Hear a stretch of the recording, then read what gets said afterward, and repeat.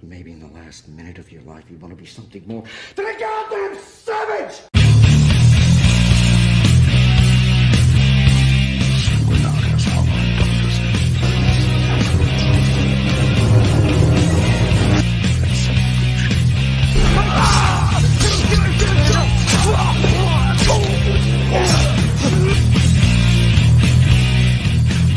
Annunziare mendaccio.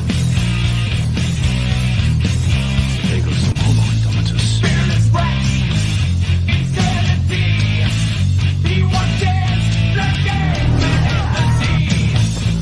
Greater one, forbidden sight. He searches under of the shadows and You like this? Oh, you like being food for the immortal?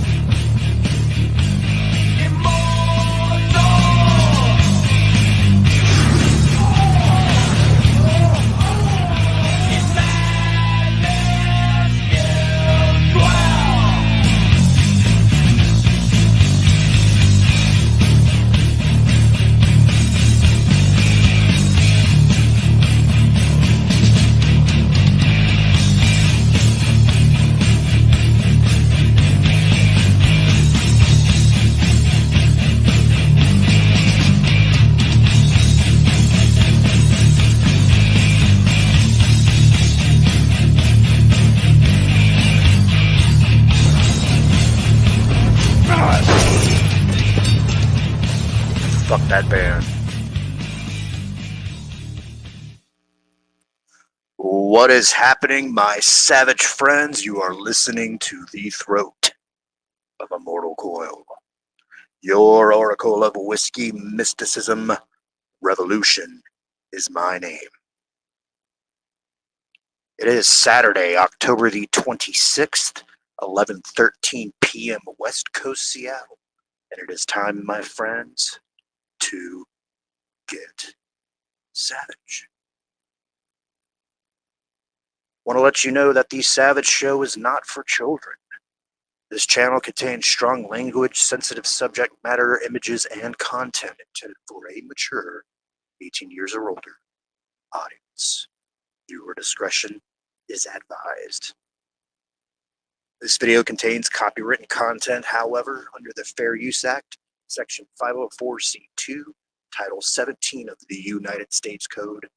This content is presented for the purposes of education and entertainment, through the purposes of parody, satire, critique, analysis, and/or social commentary by means of subjective opinion. Consider yourselves forewarned. We got a good show for you tonight. We are discussing time, multiple timelines, the function of time in existence, what use spirit makes of it, and of course, audience Q&A. Prior to that, though, I'd like to ask that you raise high whatever it is you are imbibing and join me in the savage salute. Here is to us what is like us, not a goddamn thing.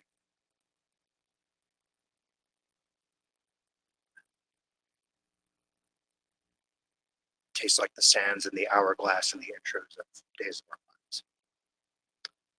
I'd like to welcome out everybody, whether you're joining us live or in the repeat.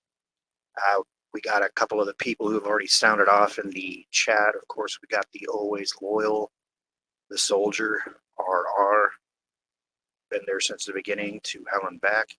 And then we also have the talented and lovely Miss Jilith. How you doing there, sweetie? Representing our international audience there, which is one of the reasons why I go on this ungodly hour. I've learned that there's people in other countries who actually give a shit about what we have to say here on this Savage Show. We're still kind of waiting on Walton a little bit. I thought I'd take a moment to just tell a quick little anecdote. Recently, well, let's say this, my co-host has always been controversial. He's very in your face. He says it like it is. He's not afraid to swear, use fuck words, all that kind of stuff. He goes through different phases where sometimes he's a little bit more nurturing and sometimes he's a little bit more aggravating. And you can tell, obviously you can tell by the type of content that's given. But actually, for the first time, experienced some pushback from the people who are campaigning against him. I logged onto my TikTok earlier this evening. We did a show over on Dragonstorm, the Rogue Entertainment show. We're breaking down entertainment and the forces that are subtly manipulating the shape of the program. And I logged on to TikTok because there was some little clip that I wanted to pull from one of the videos that I posted to reply to something that Steven had tagged me on X and Twitter. And when I got to TikTok, every single one of my videos had been struck for a violation of community standards. And I was like, what the fuck? This was literally minutes before we were supposed to go on air. I thought maybe I should take a screenshot or something, but I was like, nah, I'll deal with that later. And I got on with the panelists, Steven, myself, and Ryan Roger F.A., right? And I was like, hey guys, my TikTok's been claimed. And Steven was like, oh shit, that's my fault, man. The flying monkeys are coming after you. Okay. And it is quite bothersome because my TikTok's just motivational advice. It's it's like Zen cones for dummies. Seriously. It's things like hey, the most important thing is joy in your life. Shit like that. It's like what would you do? What are you so afraid you would do if it weren't for the future? It's just little one-off little things. And everything was unavailable. I was like, what the fuck? So we go and we do our stream. I think we stream for about an hour and a half, hour 45, something in there. And I log off, I eat some food, and I come back, and I'm gonna start Steven's just like, hey, it's not a big deal, just go ahead and dispute all of it. But by the time I got back on, I guess through some internal review process, TikTok had already determined that all of those flags were just bullshit. They went ahead and restored my account for me. So, I sent Steven a screenshot. I was like, hey, thanks for the advice, but it looks like Ling Ling in Beijing saw my account, fucking did the right thing. But that just goes to underscore a larger point. I sort of made this on Steven's stream earlier. It's whether you're using mass flagging or you're saying it violates community guidelines or that it's hate speech or whatever, or you're firing a no shit 5.56 NATO round. If they're that afraid of what you're saying and what your platform's about, that they're resorting to silencing tactics, well, you must be hitting on something pretty close to the jug. Especially on my channel, what I'm trying to do is promote higher consciousness, flexible ways of thinking. My life is far from perfect, far from managed. But one of the things that helped me negotiate the turmoil, twists and turns, is that connection to source, that feeling that there's a higher purpose, that there's a reason I'm sticking around, and shit happened to me. And,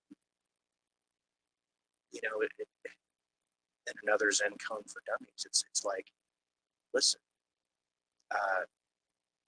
the reason God's putting all this shit on you is because he knows you can take it. So I thought that was interesting. And if I hear a gentle tapping, a gentle rapping on my chamber door, the one, the only, the refreshed from his beauty sleep, author Stephen Walton, Ludonis Ravenwolf Dragonstorm. How are you doing, my friend? I'm doing well, bud. I wish I'd been here earlier to help you with your audio. You're still coming through like fuzzy. Yeah, I'm telling people, it's like tinfoil and duct tape here. I keep on having to grab like really shitty headphones from like the dollar store and shit like that. That's like a Was it more of they a corded? yeah. So it's Yeah, like that's more of a yeah. And see, that's the thing too. It's also I'm visiting my folks, and it's like 1:30 in the morning here. So if I yank out the headphones and just like have all the audio going, it's probably going to disturb everything else. So I apologize about that. If it becomes unbearable, or if there's like crackling or whatever, just let No, it sounds like you're talking through a microwave. But how are you, buddy? me. I'm doing all right. I was just telling that TikTok story about the shit getting mass flagged, and then Yeah. somebody inside apparently saw it and was like, nah, man, this account ain't hate speech or community violations. They did the right thing. They restored it. Yeah, that's pretty cool. I'm glad to see that you had that experience. I didn't realize about the appeal process until another person from Dragonstorm Instagram came through because they were talking to me about it when the initial smear camp, the latest smear campaign started with various Narc-X's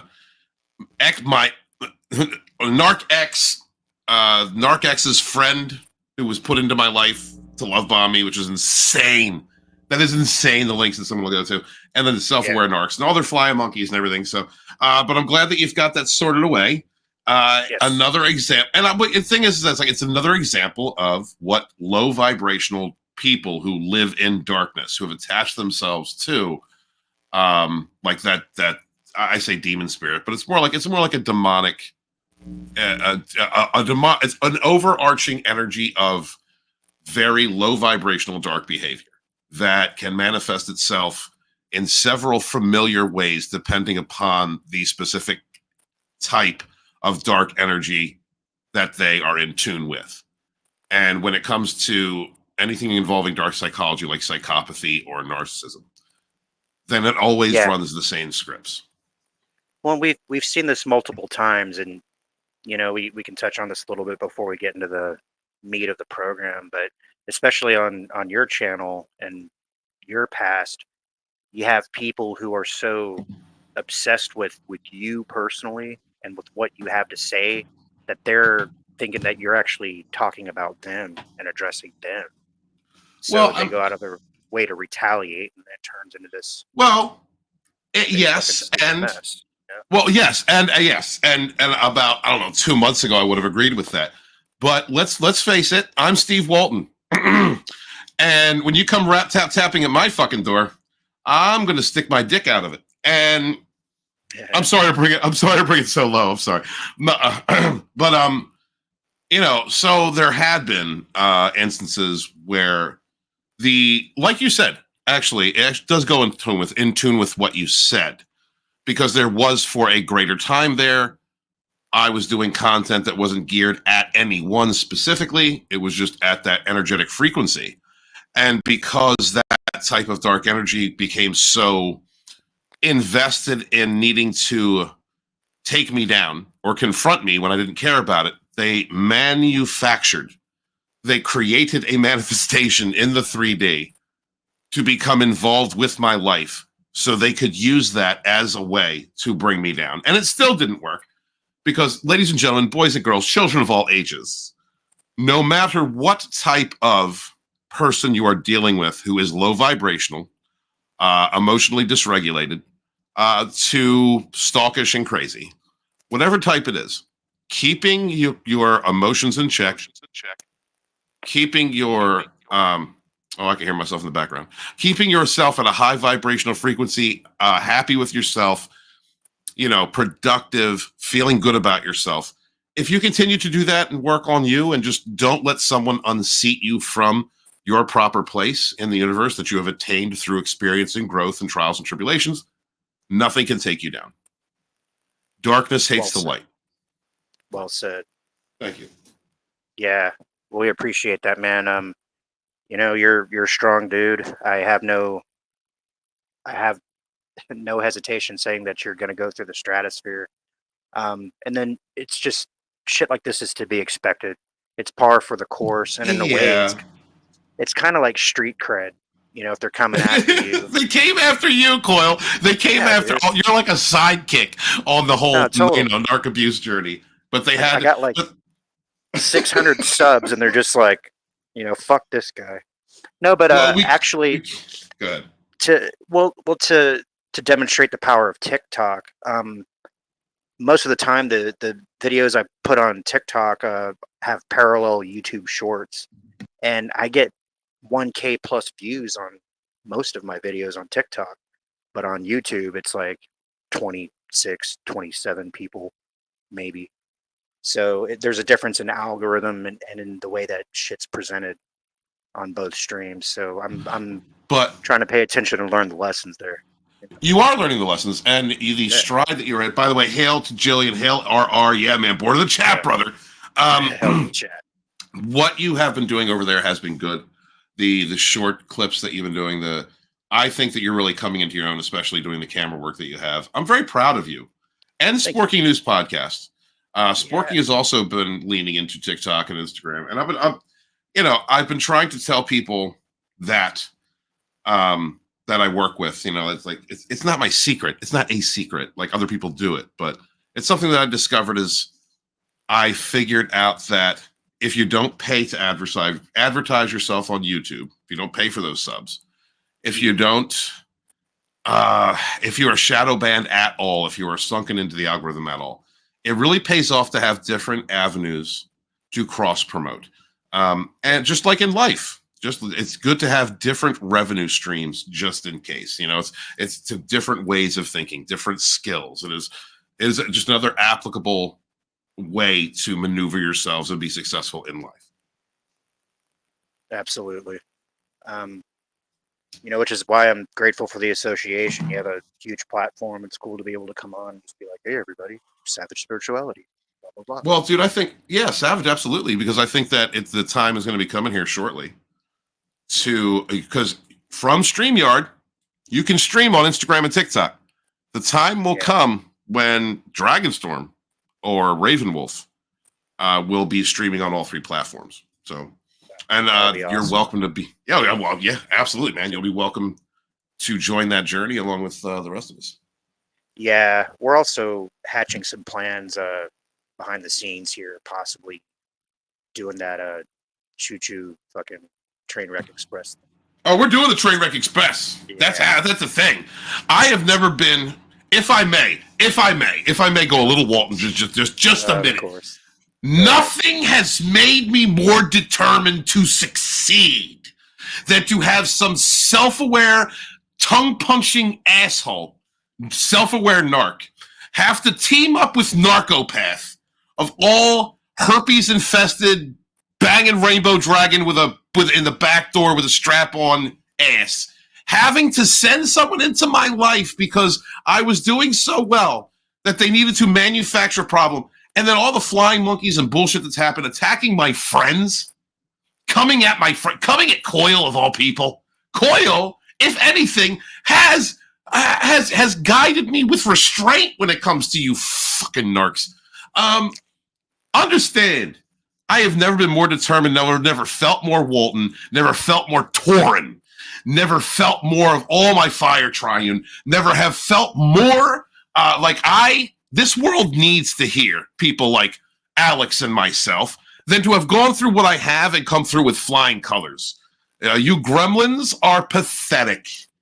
You're Hoover and hobgoblins, every hater, every person that's had an issue, every person that my man Alex has, even may not openly, of course not to his face, been ostracized from working with because he dared to come with me and be a friend.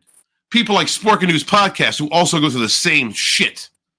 Okay? I've never been more determined to succeed and to help my brothers, to be there with my brothers as they forge their own paths, and I help them with my energy. We will be successful. The train wreck express is rolling through. We will be going from couch fort to couch fort across the country, teaching you of your worth after we're done eating your food. And I am absolutely going to have after parties with chicks who have been through some shit, and I'm going to get fucking laid. That's happening. That's happening.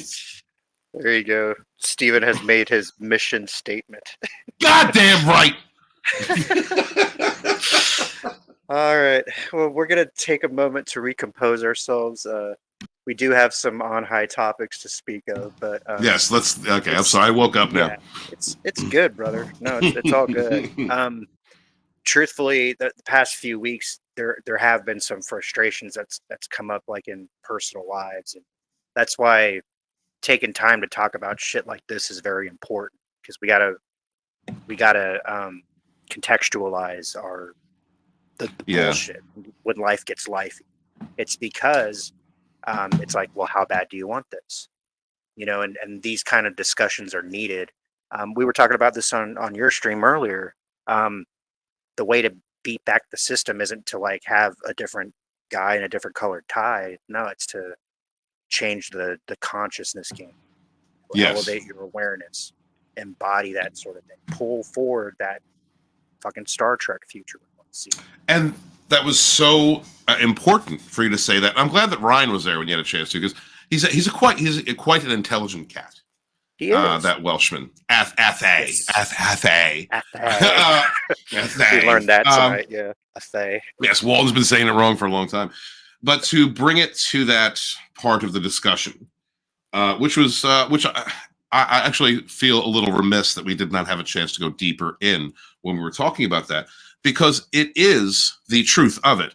Low vibrational people want to can only consume your energy, as they're energy vampires, by bringing you down to their level, by bringing you to that pathetic anger, the low thinking, depression, anxiety. That's the only way that they can consume your energy, and that's why certain personality types will break you down. That's why people troll you, in order to not only keep from being consumed, but stay on your highest life path. We're talking about timelines tonight, I believe. Yes. To stay on your highest life path, you have to use your higher brain. You have to activate your crown chakra.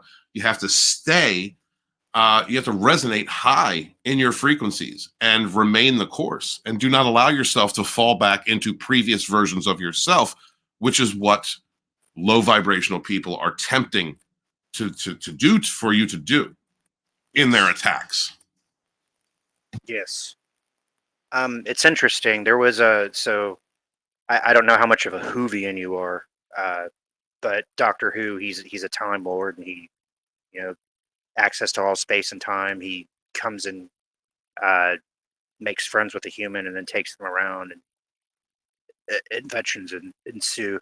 There was this one, so it's like a monster of the week kind of thing, or an alien of the week kind of thing. One of his more interesting adversaries were called weeping angels, and what they did is they took a person that they encountered in real time, and they'd throw them back into time, and then use the difference in the time and consume that as energy for their own sustenance.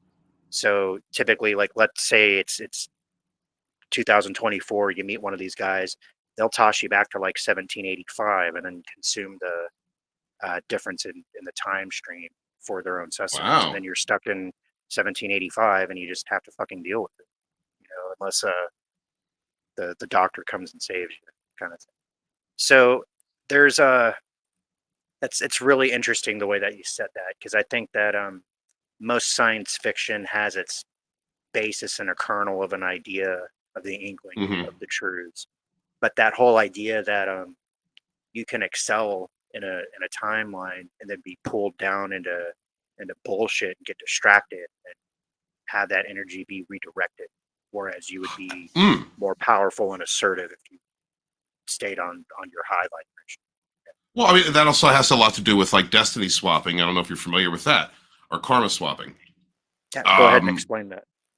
Well, okay. For instance, without trying to name any names, so I was on a trajectory to build a company under a certain label. It had a certain makeup, a way of presenting itself, and people involved. I hit a point because I was involved with someone who was low vibrational, who brought me down, broke me down, to where another individual who was involved with that took the same chat, same concept, same energy, put a rebrand on it, and then took that. And what that did was that individual destiny swapped with me. He took the momentum that I had built and the people that I had constructed, and then tried to make it his own, and for a short time did. When a person comes into your life and sees you succeeding or doing something or having something that they want, and you fall into a lower vibrational state than they, a broken state, that person can swap destinies with you. They can pick up on the former energy that you were building in your life, the connections, the momentum, the energy of it, and then basically take it from you while you spiral further down, which is another reason why it's so very important, brothers and sisters, to stay in your crown chakra, stay in control of yourself, stay high vibrational, because there are people who will come through your life who see your talent, who see your energy, and will intentionally put you in uncomfortable situations or create third parties to triangulate and come at you in order to steal your momentum and energy and take your karma, your destiny, the track that you're on for their own. And this is a way for them to shift timelines and force you into a lower timeline by basically stealing your destiny. Yeah, that's real cool. We're gonna break down some of the metaphysics behind these concepts because what Stephen just said, we have a topic that's very, very adjacent to it. I do want to acknowledge we have Mr. Kevin the Wang Jang joining us. Oh my God. I feel gay just looking at him. Like I'm not saying like, yeah. Right. You know, you have to really be comfortable in yourself to admit how aesthetically pleasing this man's avatar is. And that it makes me more uncomfortable than watching Tim Talks cosplays, you know? Because he's a very handsome man. He's a good looking guy. There you go. Go ahead and do hey Kevin. Do that real fast. Oh, hi Kevin, how you doing? I'm looking at that banana hammock and I'm really I'm trying to tell myself I'm not looking at it. Like I'm not staring at that package. I'm like, you know, because it makes me feel uncomfortable, but it's almost comfortable, like soothing at the same time. I'm very confused. It's good to see you, brother. How are you today? I love that. That's kind of a parody of what we do on the other channel. But seriously, this guy's suffered and been through some shit. He's a very insightful cat. He'll be putting some. It's amazing. Absolutely, Kevin, and it's amazing, right? You think about low vibrational. Like I'm not going to take it to narc stuff, but you talk about energy vampires, people who try and destroy your destiny, swap your karma. You know, look at that avatar. Kevin is a very handsome, built gentleman. You know, anyone is susceptible. Anyone is susceptible to being brought down by an energy vampire or someone who is energetically dark and taking your light and destroying it. Because not only is he that, ladies, not only does he look like that, ladies, he's a devout Christian. All right, like if he cooks and performs cunnilingus, that's it. That's the perfect package. You know what I mean? Kevin is incredible. Yeah. We're going to be sending him some custom banana hammocks that have the Trainwreck Express logo on it. Oh yes, the Dragon 4 logo on it. Yeah. Yes, and you're gonna see these two avatars like right where the sack is located. Right? Like, all right, now that we've thoroughly made everybody uncomfortable.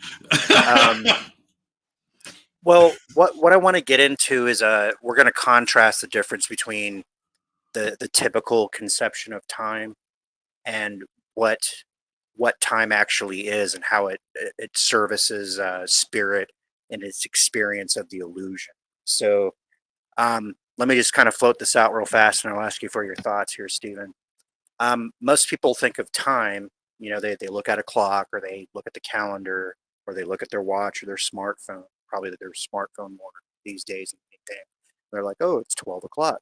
It's October the 27th. It's whatever. And when we look at it in those mechanical terms, we're just like, okay, our bodies decay at a certain rate. We have cellular respiration. We're young, we're middle aged, we're old, and we die. And then also we're on this planet that's spinning around, and then it's going around a star, and then the star's going through the galaxy, and then time goes on. You know, it's a very linear way of thinking. A, B, C, X, Y, Z. You know, whereas the function of time, as I've experienced and understand it, in ultimate reality, there is nothing but now. It's the divine instant. And time is a mechanism that creates the illusion that there is more than one instant and more than one character participating in the instant. It allows one particle of source to have its own experience while the other particle of source has a separate experience, even though it's both occurring at the same quote unquote time. I know that's probably sounds like a bunch of gobbledygook, so maybe help unpack that a little bit, Steve. What do you think? I was following the entire time. The way that we're constructed as carbon-based life forms is we're separated from the multiple versions of ourselves that are moving in tandem along with the multiple version of everyone else within the energetic matrix. The multiple other levels of existence that are all being enacted around us, layer by layer, at all times. We exist in this singular.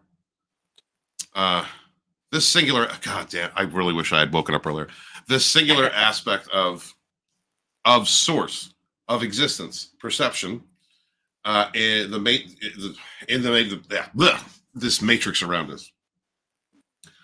We move through with several other versions of ourselves, which are all connected almost in superposition, entangled across various levels and states of existence all at once. Time is a construct that we created in order to observe the movements of the heavens in our lives. When in reality, you should be able to meditate to a point or get to a point within yourself. If you connect to spirit and source, move anywhere throughout the universe, time, dimension, experience. Go on, Immortal Coil, because I'm still I'm still waking up. I'm sorry. That's cool. See what you do to Stephen, Kevin. It was that banana hammock, man. There you go. Real fast, I do want to acknowledge Snow Bro here. What is happening, my bud? Yeah, I don't know if you're still in San Antone doing the convention circuit there. Roommate Shellback was out there with them too. Yeah. So check out the Cotton Connection. Hail Trans Fat. It's good to see you around, man. Snow, if you're down there, Snow, can you do me a favor? I don't know if you like him or not. Or hug Eric July for me if you're in the same spot. Just hug and let me know the consistency and the scent. You know, I'm not asking you to like smell the man. I'm just saying like tell me what feeling you get. Thank you, sir. Oh yeah. No, it's good that's awesome, Snow. Have fun out there, brother. Yeah, it's killer. So let's say it like this. Time provides a necessary anchor and focal point so that as we have our individuated experience, that way I'm not sitting there actually remember being Steven at a time where I'm trying to focus on what Alex needs to do. Even though that's possible, I think that's part of how psychic works, is that we're seeing past that illusion of separation. But it's also interesting. We'll say like prior to birth, okay? Because as a physical organism, we can track our development, obviously, from a zygote all the way through old age. We do have occasion to plan major life events and major people who we could potentially become involved with, or who we, quote unquote, as fate dictates, must be involved with. You know, and a good example of that is your family. You pick your family. And then certain major relationships, you pick those. but then you also have potential other relationships that, depending on how it goes earlier, would affect the outcome of later. And this is kind of where Stephen's talking about branching timelines. There's different potentials. So Yes. say, good example, say you have a narc relationship and you fail to learn. You'll either go back to that same person or create an identical person with those same Ooh. attributes. Ooh, See can I what I'm piggyback? saying? Yeah, can I Go for it. piggyback vibration Go off for that? And Go one for thing it. that I have, one thing that I've learned in recent months, which is a lesson I'm still working on, is that even if you are engaged in this life with someone who's low vibrational or who is set there either by soul contract or destiny to teach you a lesson, to be your enemy, to create obstacles, even those people are displaying are giving you an opportunity to grow and overcome.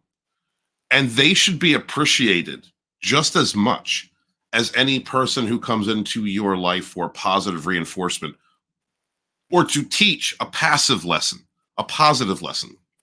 Because as you grow as an individual during this existence, you must, if you're evolving, come to a point where you have enough control over your emotional center that certain aspects of lessons need never be learned again. If you are betrayed through heartbreak, for instance, and you have learned the lesson of how to overcome heartbreak, whether that's friend, family, lover, then you should already have learned that lesson. And if you have learned that lesson, it will make it easier for you to interact with someone else who is there for an obstacle, for instance, to create an obstacle that involves something that has to do with betrayal and heartbreak. You should already be able to move past that heartbreak and get to the other parts of the lesson which are now available to you. So in that way, high, mid, low vibrational, every single person that comes into your life or you manifest in is there to teach you something. And all of those people are of value. Nothing happens at random. Everything is meant. And so I just wanted to impart that lesson. It's something that I've been struggling to accept fully, but it's the reason why I can look at people who have done me wrong in the past and I can still, have a certain feeling of like how that went down. But when I truly look at them, and it doesn't matter, the most horrid of them, that person taught me lessons and made me a better version of myself. And I'm as appreciative for them as I am for Alex. Thank you. And that's also one of those things, like, people turn this into a truism where it's like, hey, the highest version of healing is actually forgiving the perpetrator, sort of turning the other cheek, that sort of thing. A lot of people look at that as weak, but when you look at it in these metaphysical terms, like we're explaining it, it really makes sense, because you're not like saying, hey, I want more of that. You're actually saying, I recognize the utility for that person in my life at that time. And you don't even have to. I'm sorry. Oh, that's okay. You can't become aware until you are, and it takes motion, emotion, energy, and motion to get there. Ooh, I love that, Alex. Thank you. And if you don't even have to forgive. Like, you don't even have to forgive someone, like if they stab you or they do you wrong, but you can appreciate the wisdom that's garnered, that's carved out of that experience, and appreciate that person for it. We're all connected to source. We are all connected, even if thinly. And so appreciating that is it's loving yourself. If you look at it through that lens, where we are all connected with source, then this is one of the reasons why I stopped throwing black magic. Was just that simple lesson of I am harming myself by affecting negatively something else within the realm that is connected, that is in spirit, because I'm connected to that spirit. And how that will help you move through things. And real quick, Rookie, I really wanted to do that Cobra Kai series with you. Things just fell through. I will hook up with you, brother. Absolutely. I felt so bad about not doing those reviews with you. I still haven't watched those episodes. I need to get on that. And Rookie Critic, one of the few that I've actually met offline, again, hail trans fat. We got massive trans fat presence tonight. I Hail really the fatties. appreciate that. We also want to say hello to Tina Bojan, Bad Take Bojan. Good evening, Hail. my dear. How are you doing tonight? Thank you for stopping by. So there's also this idea that I want to explore real fast is how every decision creates a possible alternate timeline.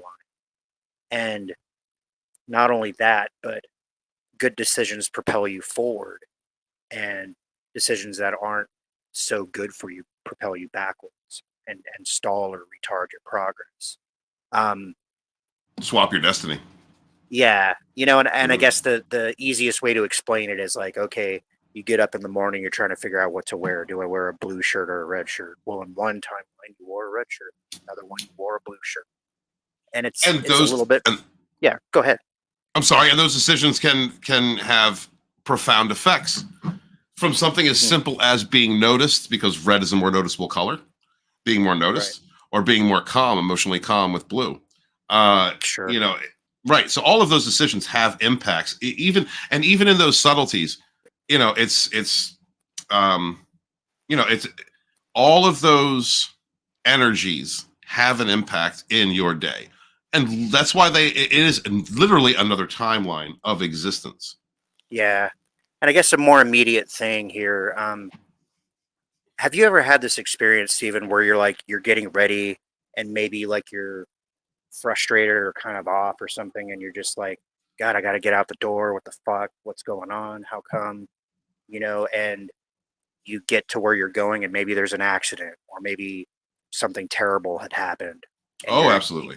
Like if you had been there like just 2 seconds before, your whole life could have been fucked up. Things like that.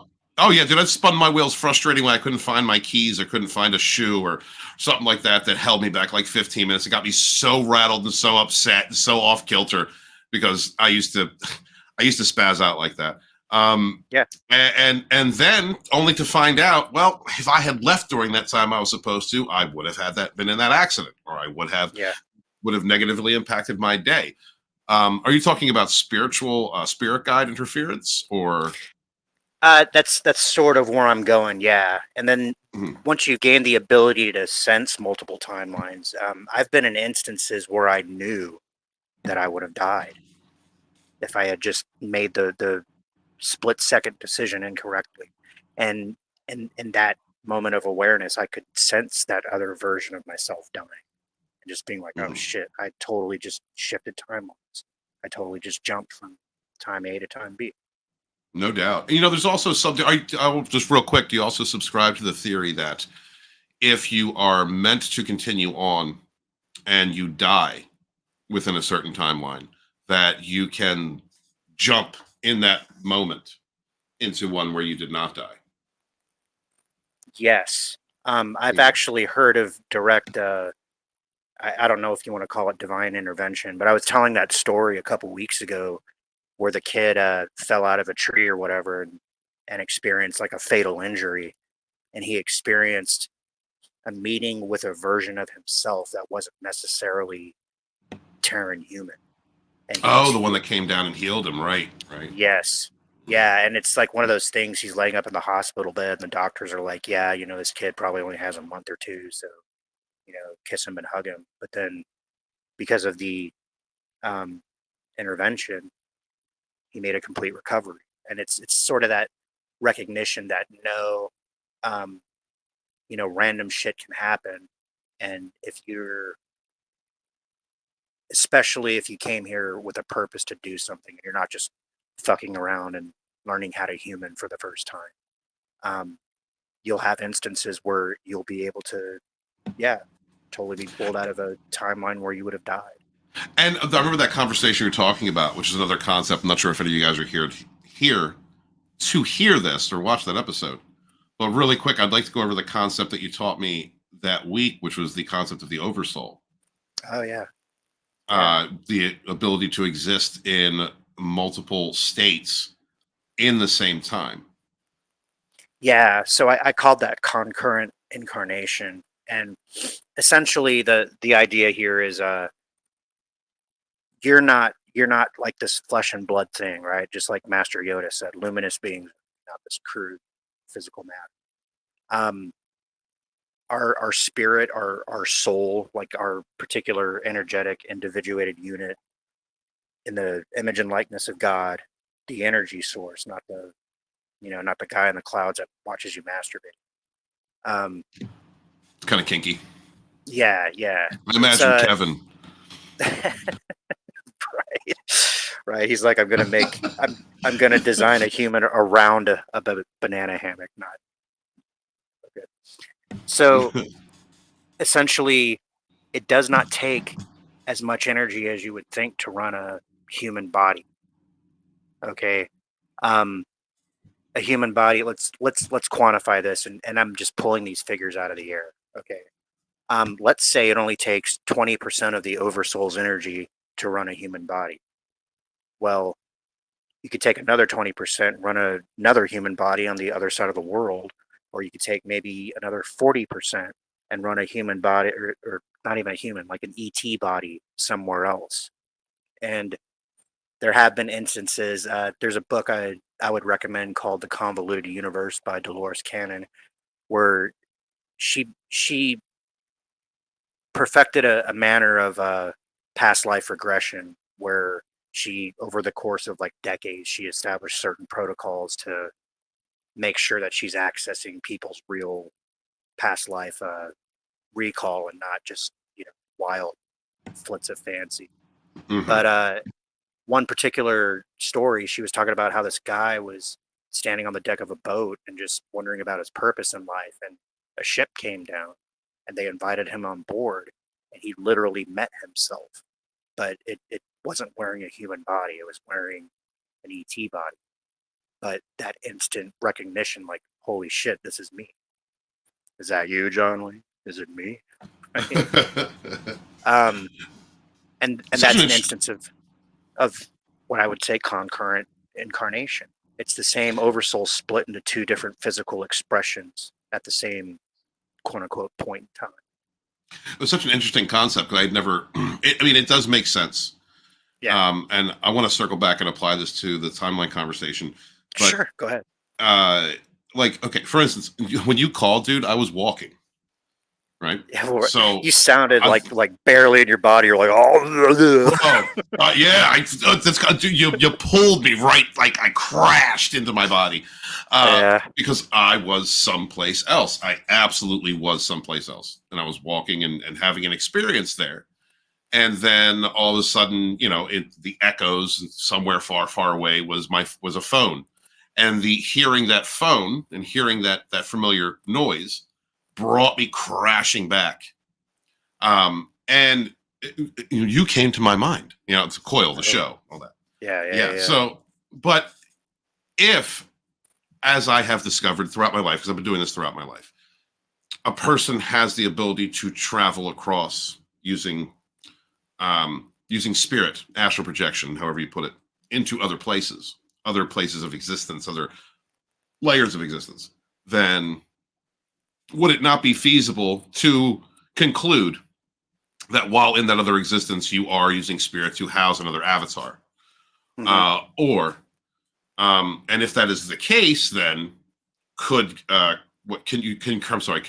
incarnations? Is that what you were saying? Yeah. Then why not would concurrent incarnations not be possible? Exactly. And maybe sometimes when we have extrasensory experiences, or what we consider extrasensory experiences that are very alien to what we are living in the moment, could that not be a thread, a feeling across the thread within your oversoul between those different concurrent incarnations? It opens up a lot of possibilities that I had never really thought of in the past, but makes sense to me as a person who has lived my experience and being able to travel. Well, and it's important to note, if we compare our society to different extraterrestrial societies, because our society is very heavily engineered, and the things that we are taught that is how it is really isn't. A lot of that shit is just mental programming and distraction and convincing us to dumb ourselves down. literally. Yeah. Yeah. In other societies, and if you guys don't know, I'm a contactee. Hi, how you doing? These things are worked with a little bit more actively because they have that understanding that you survive physical death and that you're reincarnated, and then that there's a potential to essentially pick up where you left off last time. They take things like intuition very seriously. Things that look like magic to us is like just shit that they do, and things that we have to ritualize and pull out all the incense and shit to intend and make manifest. They're able to do more or less instantaneously because again they I don't have that engineered society. You know what I mean? I have to ask if you have ever had this conversation, or the next time you're contacted, channeled. You can ask this question, Hmm. because if concurrent incarnations is a thing, Hmm. then how would functions such as the life review, in order to contact, be with your soul tribe, to create soul contracts for each incarnation, how would that, am I thinking too linearly? But how would that happen if you were in current concurrent incarnations? Well, okay. That's a good question too. If you Let's create a scenario. Let's say that you create a physical experience on, uh, I don't know, Taigeta, and that particular life form would exist for a period of what we would call 1,000 years. Okay. You've dedicated a portion of your oversoul to run that body to experience whatever it fucking does. And even if it's 40% of your complete oversoul doing that, and then you have a series of 20% incarnations that you dedicate to Terran human physical. It's sort of like you put out part of your energy and you keep it there. It's like opening up multiple programs. Eventually your processor will slow and blah blah blah, and there's only so much you can do. But if you dedicate a resource and it does its thing and it comes back, and then you dedicate a different resource and it does its thing and it comes back, over the course of this 1,000 year lifetime on Taigeta, you could have had whatever 100 human experiences. And Right. so yeah, and so it's not necessarily like I know what you're saying, and it is linear thinking, and it is a stretch for the human mind. um but I would say as that human experience ends and then you kind of reintegrate into your oversoul or whatever, um to me it seems like you just wake up and you'd be like, okay, that's cool, that Stephen Walton experience was awesome. I'm ready to Uh-huh. shoot out another one. I'm ready to shoot out another one. I don't It almost, in my head, it kind of looks like a huge jellyfish or something with like tendrils that shoot out and animate the different physical bodies over different points in time. And I know I am doing my best to wrap my head around the concept, because I think it's very Yeah. interesting. Um, Yeah. I'm not sure if it is my linear thinking experience or ego that hinders me from like truly grasping the full concept of the idea. But Well, and it, and that's fair. Truthfully, if you're, especially in order to have our own individuated experience, even if you are running something on Alpha 16, right? Whatever. Um, your ego and your awareness in your current physical shell has to be here. And it's possible, like through training, and if you wake up and meditate and connect and all that, wonderful things can happen. But say like you're in this, there's a version of Lodonis that never even like got out of practicing black magic. If you would have just stayed there, none of this right. other shit would have even occurred to you because you would have been in Cir- a different mode of awareness, you know. Circling back to Um, timelines, I see it. Can we keep going? yeah, Keep going, Alex. absolutely. So it's also one of those things, like say that you were just like your entire life you were the angry lesbian version of Steven, and then you died with that, and then you went back to source and you had your life review. Um, you would have looked at that particular experience as for what it was, but then once you're back in your oversoul, and you had the veil lifted, you'd realize you'd see like the larger mechanics involved, and you're like, oh, okay, well that was here, so I could do this, and now I'm going to apply this knowledge in my next physical incarnation on Mhm. Earth, because I hadn't yet achieved the purpose that I was supposed to be on Earth. And it's also that thing, because it's an oversoul and it's outside of time, you can have incarnations that are non-linear. So just because you were born in 1977 or whatever, it doesn't mean like you die in 2030 and then you're going to be reborn again in 2050. You might be reborn again in 1830 fucking 5. You know, it just depends on how you can best make advantage of what you gathered from your quote unquote past lives. It's really Ooh, hard that's to talk about. Yeah, it's really hard to talk about time as as Mhm. non-linear and then have to apply terms like that, because it's not like past life in the sense of, you know, 1790. It's a past life in terms of what your oversoul choose to experience. So okay, you know, and that's so interesting. So go running with that concept. Let's say that Yeah. a being who has attained Christ consciousness. Yes. Well, okay, let's go to Jesus of Nazareth. Right? Let's go to Yahshua. There we So go. Let's do it. let's say during the time of the spiritual awakening, which we are in now, the precursor to the age of Aquarius, we're seeing a Yes. lot of evil go down. We're seeing a lot of darkness being exposed, because that's what Yes. the era that we live in. Would a being like Yahshua have been incarnated during this time to bring enlightenment, and then incarnated backwards, as we would consider backwards, Mhm. into another time to create another effect, like the crucifixion story That's during that good. time? That's good. Actually, one of the topics that I had was regressive attempts to control the flow of time, from a physicality standpoint. So, especially when it comes to here and now on planet Earth, there are a number of us that have mastered and have come back to change how a particular timeline already played out.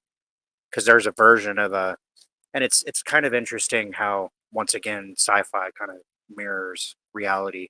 You remember in the old Star Trek series, there was the Terran Empire, where, you know, Spock with a beard and Oh, all that kind of shit, I love right? the mirror universe. Yeah, Yeah, talking to. yeah.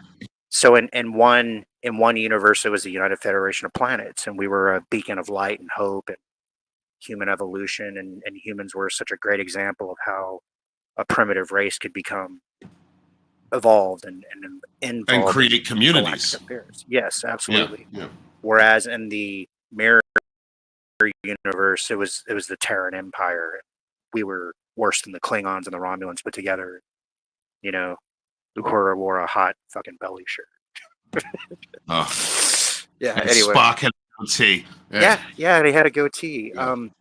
So it's sort of like that. If had the regressive entities taken planet Earth into that dark timeline, not necessarily the Terran Empire, but we would have become a subset of the Seacar of the Orion group. You Right. know, and then all of our resources, all of our, you know, the future of our genetic uh, biosuit or whatever, we would have been used as a force of oppression. And in some ways, I've said this in other podcasts, if we can figure this shit out and master it, we're one of the um, we're one of the holders of third density, like one of the caretakers of third density. And if we figure it out, a lot of other third density society can figure it out, Right. just because of the unique nature of our genome and our capacity to hold spirit, all that kind of stuff. Um, Now, a lot of this actually happened with time manipulation to begin with. Um, from what I understand, the Greys, they actually first got here in like 1989, and then they did a time jump back to the 40s and did all that shit. Tried to, you know, uh, interpose themselves in our history. So from that Mhm. point, they actually, from the 40s, they went back way far and started interacting with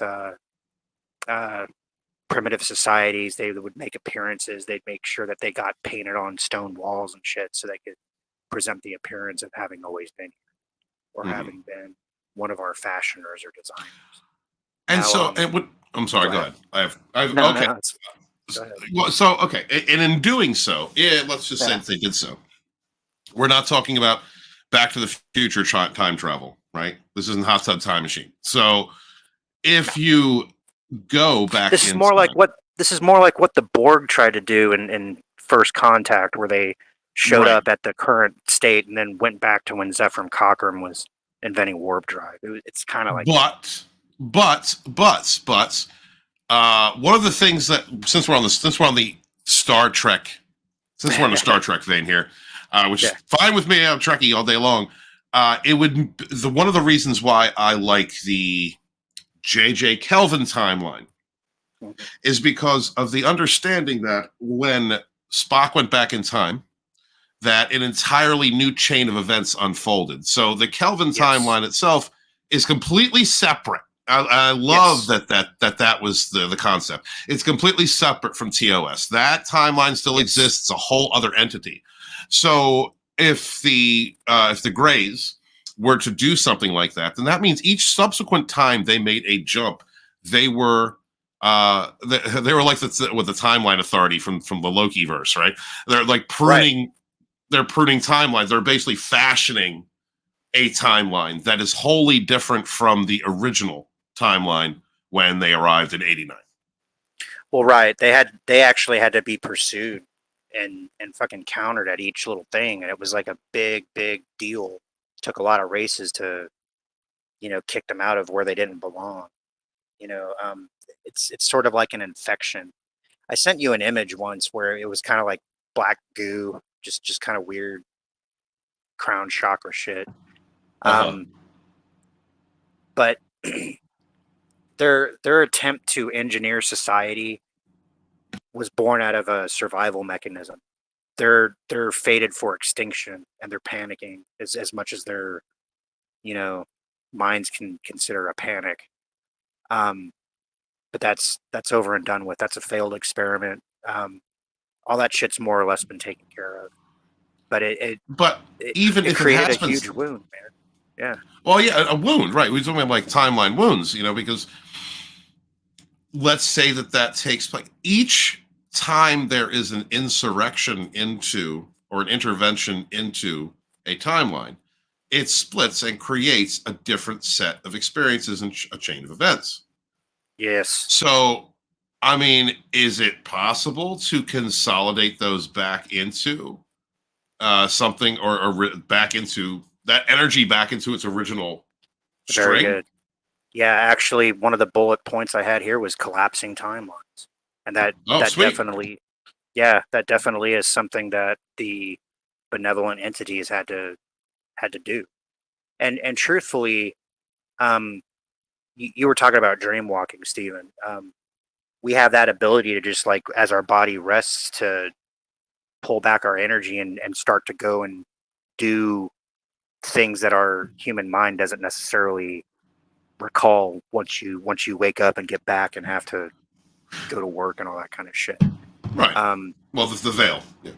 Yeah. So, for instance, if you're working with ETs that are engaged in that kind of stuff, and that's part of what you're trying to do, they can come and physically pull you, of course, but then they could also take your energy and plug you into one like a temporary avatar of their own choosing, and you can go and work with aspects of yourself in a body that has more awareness and ability than the one that you wear when you're down here as a dense physical being. Bro, I so want you to talk to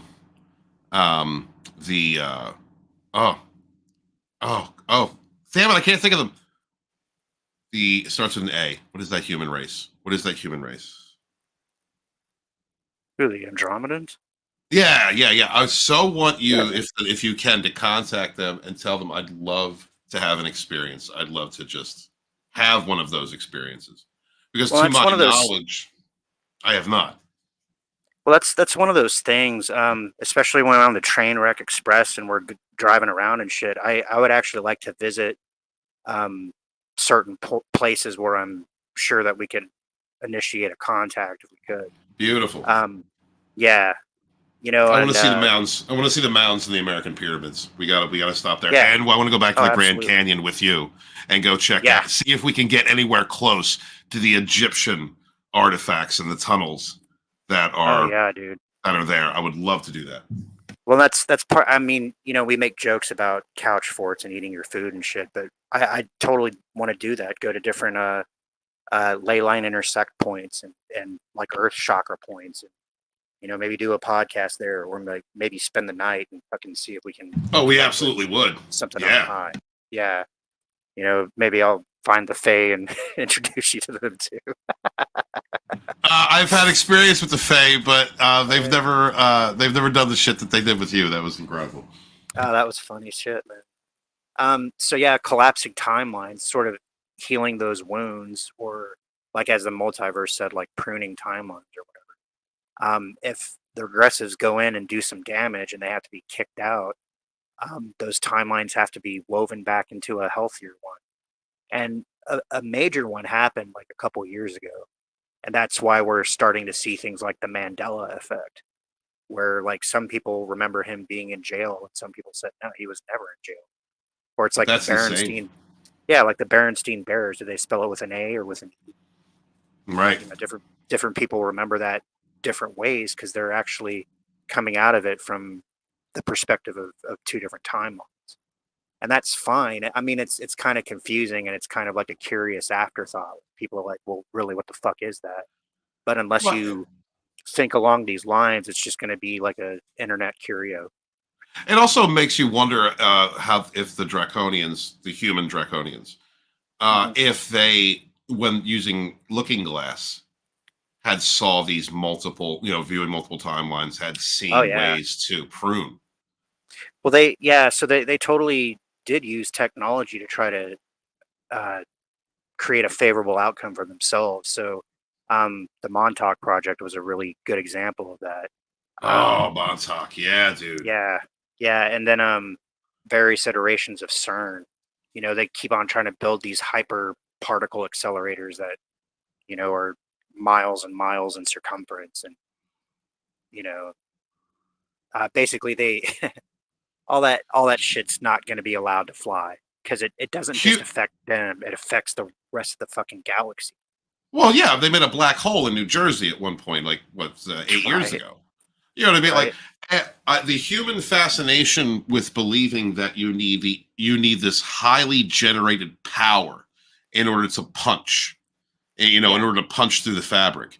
And this all yeah, comes from the negative aspect of our dark masculine age that we have been in, which is yes, fascinated with huge explosions and large power fluctuations. And you don't yes. need that.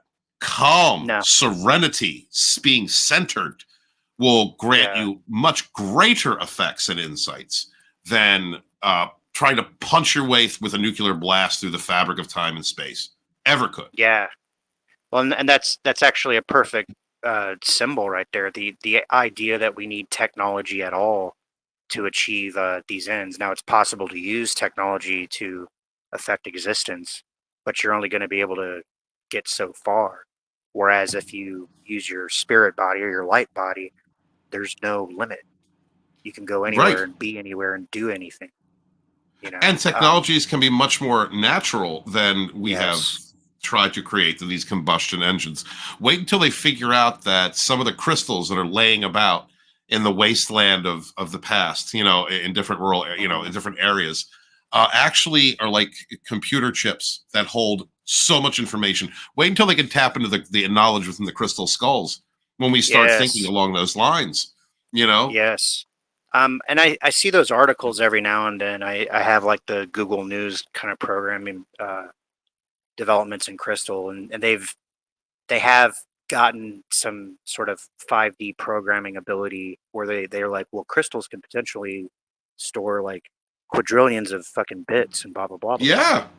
And I'm even telling my daughter, I'm like, look, when my time comes, lop off my head and use that geometry of my skull, make a crystal skull out. Oh, that's so sick and cool. I know. That's- It's kind of macabre. That's so Samhain. That's so Samhain of you, sir. Yes, Tis the son. season, Could you behead my corpse and stain my soul? Stain my Yeah. skull, please. Measure, Hey, but measure the dimensions and create a crystal. Those exact dimensions. Because like my brain carves the inside surface and blah blah blah. Yeah. Yeah, they know this now. You know, they're use silicon. They use silicon for chips. You know, Yes. and so this knowledge does exist. Crystals. This is one of the reasons why they're used by spiritualists today, is because these are tools that were employed in the time before the floods, you know, and the civilizations that existed then.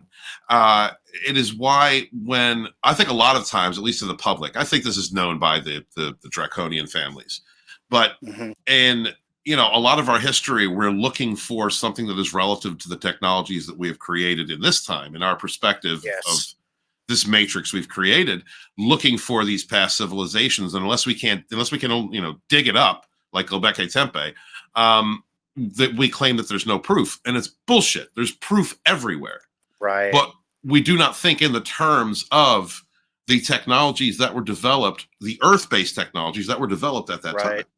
Crystals Right. being one of them. Absolutely. And then there's also, like I said, society's been engineered. Anytime people have tried to produce alternate thinking of, explosions and burning carbon bonds and all that to produce energy, Right. they're silenced or they're killed or their shit's shelved or whatever. So like And- the water car and Nikola Tesla, Yes, John and Searle and guys like that. And I tell you this, Coil, it's a revelation to understand that the current technology build that we have, which does function, but it is not anywhere near the capacity that we could employ, is Right. all built from combustion, explosion, punching, and these Yep. are all aggressive, low vibrational, fear-based technologies. And that's Yeah. all it is. It's not Tesla about said coming that in. himself. Yeah, It's- Nikola Tesla it's- was like, if you are destroying the universe in order to create energy, you're not accomplishing anything. You're not accomplishing energy's there. anything. Yeah, Yes. the energy's there. All you got to do is like set up an antenna and let it come in, which again is a passive feminine sort of way of doing it, Yes. Yes. And so Go ahead. that's okay. So we get things like the pyramid complexes around the world, they're just, they're tombs or they're, monuments or they're castles. Tombs. No, they're fucking batteries. dude. Yeah. Yeah, Just they're power retardation. Yeah. And part of that comes from the hubris of the low vibrational male aspect that we live in. And the evidence of that, please go back before the Dark Ages and look at it. Look at the you can go back as far as the expansion of the Roman Empire. But the further back in time you go, the more and more you see the timeline that has unfolded over the last several thousand years, which is a fear-based, anger-based, low vibrational track of control. Toxic Yes. control. If you are trying to control and destroy in order to build, then you are destroying the universe to construct. And that is Yes. backwards. That's low vibrational, dark energy. It's why we have the Well, it people in is. power that we do today. That's why the Well, and demons. If you think about physicality being a means of source to explore itself, and then you grant not only the oversouls, the various oversouls, the ability to create and sub-dimensions, sub-realms and all that, but then the physical beings that you create within those realms, you give them the ability to create and blah, blah, blah, and this and that. Mhm. Yes. We're in a place right now where it's so dark that it's not fun anymore. And people have gotten lost down here and there's a bunch of pain and just fucked upness. And But we're only that's what is but that Yes. the taking us to that point is why it's a cause and effect. It is why we are having a spiritual revolution now. Exactly. counterbalance. Exactly. And that's why, the ascended masters, or whatever the fuck you want to call them, come and interpose themselves at different points of the timeline. It's like, all right, this place is too fucking dark. It's not serving its purpose. It's being subverted. It's being made into something it never was intended to be. Right. So you know what? We're gonna send down the big guns now. There's beings like a Yeshua who have existed throughout time that are just like coming and they're attracted to planets like this, where they're just like, no, we're not gonna allow this anymore. Sorry, guys. And once we're as a race have our heads pull out of our asses, man. Imagine fucking 11 billion Jesus Christs going about the universe, just spreading high consciousness. That's what I'm talking about. Yeah, that's exactly what can happen. It's yes. I mean, personally, in my own personal linear experience, I went through dark nights of the soul and destruction so that I could be the Narc Slayer. And that's one of my purposes in life, is to help heal others, but not only that, but to enlighten and show people their own strength, not give them strength. I don't give people strength. I don't give people healing. I open avenues of thought and experience by leading by example and providing wisdom that allows them to attain their own level of strength and wisdom. Right, to realize that they were the strong ones to begin with. That's why these narcs are attracted to them. Absolutely. Exactly. Energy vampires. We're dealing with a culture that, supports isms like narcissism in order to bring everyone down. This is why we have seen they take everything and distort it. Drug use, for instance. There are absolutely applicable spiritual and healing methods that can be used by employing herbs and natural medicines. Some of those are psychedelic in order to break down the construct of the third and raise you to the five. And those are blessed materials that are used by medicine men. Then you take this, but you take that and you put it through the filter of the I don't want to say the low vibrational masculine age we are in. And what do you get? You get chemicals. You get chemical drugs. And those are meant to bring you down, not elevate you, but keep you attached to your root chakra. And at the same time, polluting it with low vibrational thoughts and states of being. This is the age that we have existed in for a long time. Please see crusades, inquisitions, and mass murders and genocides and disinformation campaigns and the Democratic Party. You look at all of these institutions that have existed, and it's not even just like in recent, within the last 2,000 years. You can go much further back, but you can see these instances where darkness has applied itself. Low vibrational people have taken over, distorted natural medicines or natural states of awareness and being, taken us from our crown chakra to our root chakra and polluted it. And you have the porn industry is a perfect example of that. Yes. You can. This has been the function of the last several thousand years, the last age, the last half of the last age. And moving into this next age, I am so excited for the awakening that we are going through, and what can come. Trump is, and I'm not trying to put this holy aura over Trump or nothing, but he is absolutely a piece of the oversoul of the collective that is being put into place to expose, to collective awareness, to expose the lies and expose the hypocrisies. And I think that anyone who's paid attention over the last the last 10 years, last 8 years, can see that. That's why I'm so supportive of him. It's not a party, it's a person, but it's more, I'm looking at that person being put in, having the strength, having the personality to be put in that position to create this awareness. That is what I'm supporting, because that will benefit us all. It is a part of the change that we are going through, the shifting into a higher timeline. And what you have to understand, ladies and gentlemen, is that not everyone is going to shift to that higher timeline. The Christians talk about rapture. They talk about the second coming.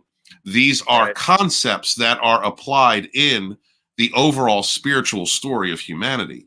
because the rapture in and of itself is simply a shifting into a higher timeline. That second coming is the spiritual awakening and entering into the new age. Not all people are going to join us. And Immortal Coil, I have to ask, what happens? What happens to, in the biblical reference, what happens to those who have been marked by the beast? Those who decide to stay low vibrational and remain in the 3D version of Terra? Well, that's a good thing. That's a good question to ask. Let me touch back on a couple of things you just said, because please do, brother. A being like Trump, whether you like him or not, he's holding up a big fucking mirror, and a lot of people are going to have to make some decisions about themselves once they see that, once their energy bounces off of him and back into them. Now, you can ride that momentum and create something different, or you could resist it and have a bad time. Right. The best way, so, and then the second thing I wanted to say, years ago, I wrote a book. I didn't call it Immortal Coil or anything like that, but one of the things I said was the second coming of Christ is going to come in the minds of the enlightened. So I don't think his body is going to come back and save us and blah, blah, blah. It's like, no, you're going to become Christ consciousness through your own personal evolution, right? And then as we all become Christ-like, then as a race, we can move through time and space and assist lesser developed societies and get mentored by higher developed societies, all that kind of stuff. And then the best way to answer your question about what happens to those who remain, the best way to answer that is to tell you the story of the sea car. Okay, the sea car were not native to this universe when it was created. They were actually dropped here. So very, very simply stated, the Big Bang more or less happened as a result of direct manifestation. A physical stage had to be set for spirit to play upon. And then after you have the stage set, well, now you need to have some actors. So the sea car were one of those actors. And the human race was another one. The human race is not native to this universe either. It was placed here. Whereas the human race was placed here, and I hate to make it in terms of good and bad, but this is the best way to explain it. When the Chinese say, like, okay, there's the whole, and then there's duality, yin yang, and then in the instant you create duality, you have that which is this, that which is that, and that which is neither. So you have the triune, right? And it goes from there to there. Mm-hmm. Humans at that stage more or less represented a sort of yin duality, and then the sea car, in their own native race, they failed to evolve, so they were placed somewhere else. Like a sub-reality is pinched off and created. It's like, fine, we don't want you here. Go the fuck over there. Figure it out. And it's not even go the fuck over there. Like it's just more like, you clearly need more time in a place like this, so you're going to be placed over there. We're not going to kill you. We're not, your right to exist is still honored, whether or not you feel appreciative of that being recognized or not. But the rest of the universe is moving forward. If you don't want to move forward, there's a place for it. So I would say it's going to be something like that. And as a race, we're going to have to make those decisions, because eventually, and especially, when and if the Trump presidency manifests, we're going to be in a position to examine these dark aspects that have been hiding behind the letter of law and allowed the injury and exploitation of children, of plants and animals, all that kind of stuff. All that shit's going to come to light. We're going to have an opportunity to examine it. And then as a race, we're going to have an opportunity to decide what to do with these dark aspects of ourselves, because we are a human family.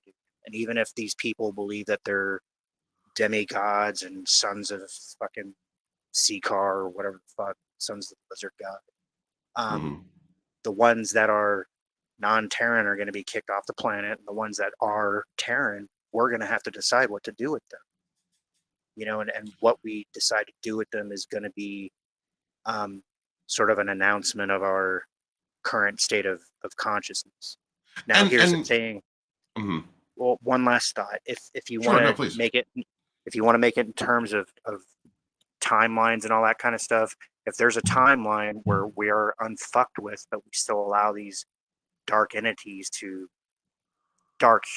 entities at this point to determine our course of action, then we're fucked.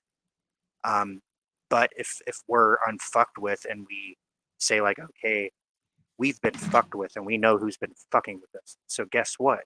All of you guys don't get to play anymore. We're gonna do something better. We're gonna. So Yeah, go ahead. no, it's just God. Oh, a couple things.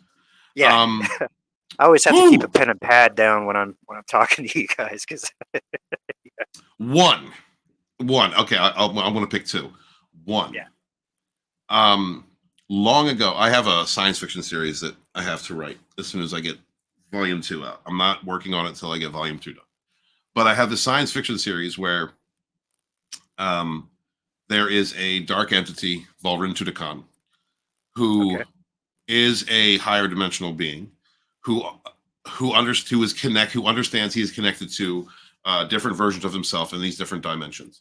And one of the main points of this story is that there is the timeline that I am writing in is like a deciding factor, because in so many different times he had succeeded in bringing darkness and destroying, like, we'll just say the entities of light. We'll just say that, to shore it up.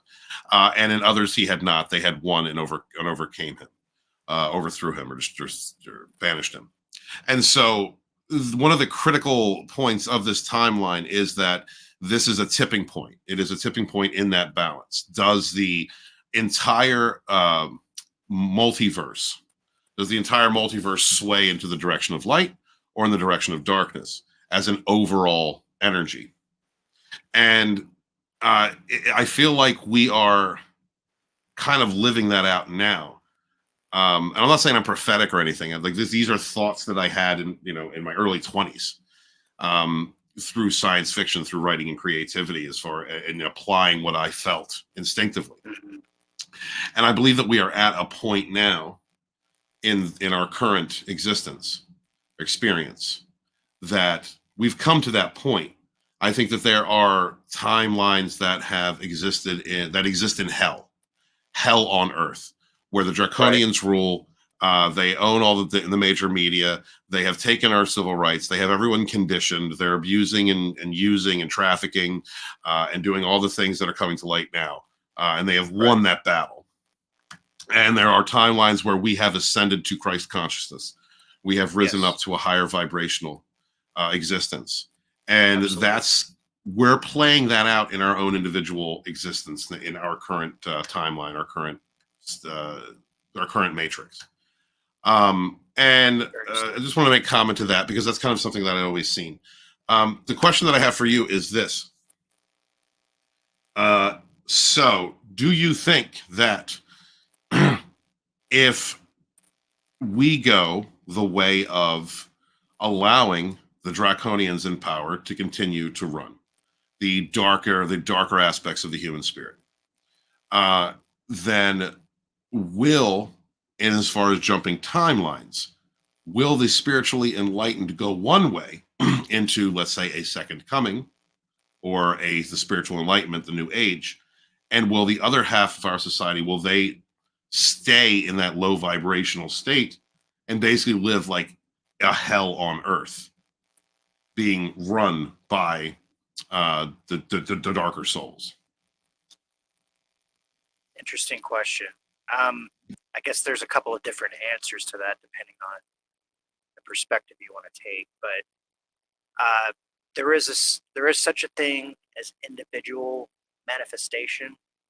There's a thing as I'm sorry, Coil. If you made a change to your phone, it's fuzzy again. Okay, is that any better? Keep going. Okay. Keep speaking. Okay. All right. there's such a thing as individual manifestation, which pretty much affects your own life and your own experience, your own sphere of people.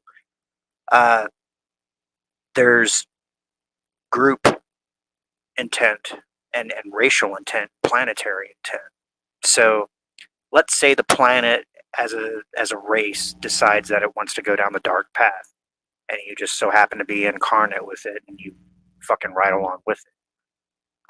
You'll do the best you can, and then when you die, you'll have the opportunity to respawn if you like, or to create a completely different physical existence.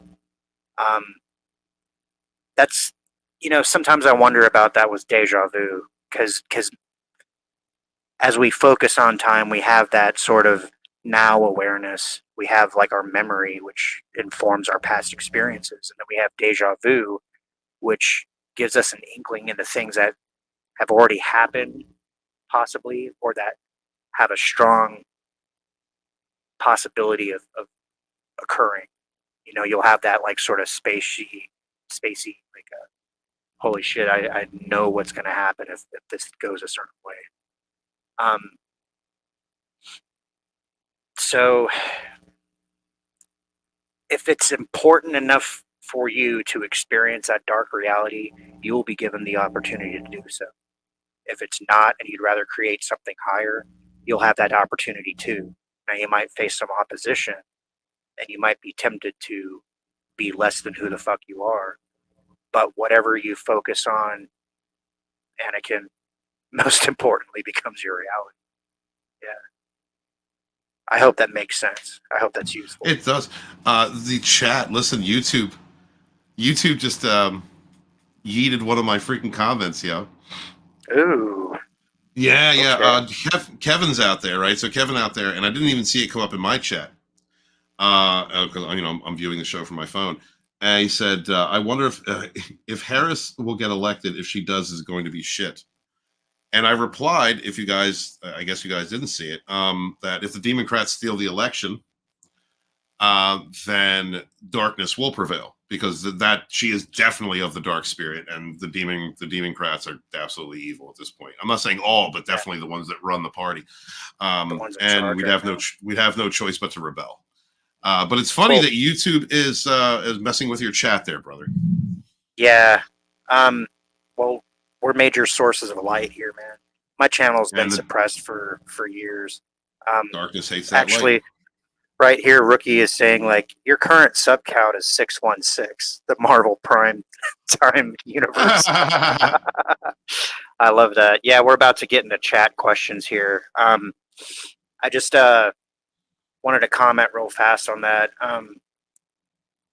Kamala Harris, just this past week, she said a lot of fucking bizarre things, but one of the things that she said that Joe Rogan actually picked up on in his interview with President Trump was talking about how she said that there is no governmental oversight or regulation on social media.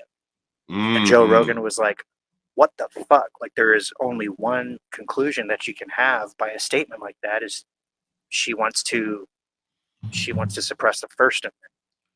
Absolutely. Probably as much or more as the Second Amendment. That shit that's going on in Europe, like we were talking on your channel with CJ, like he can't say certain things because he'll get in trouble. Neither can Ryan Rogerathi. Yeah, that's fucked too. So we're the ones that get to say it. And I should say this: the views and opinions of Immortal Coil and Walton are ours and ours alone. Yeah.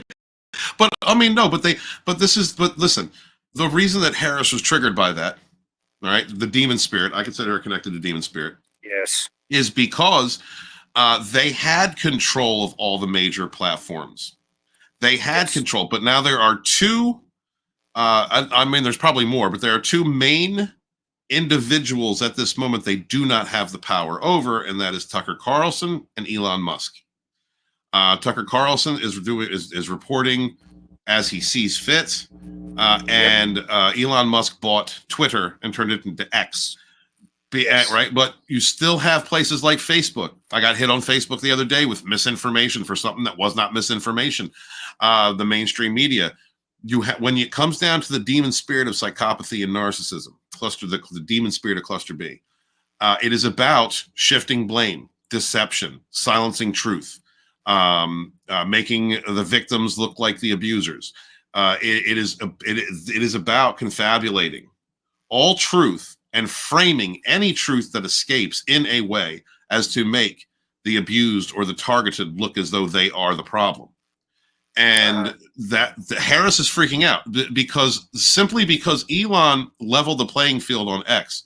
You can be a batshit progressive and spew whatever gobbledygook you want, and you can be a truth seeker and spew and say whatever you want, and you get you have the ability to speak.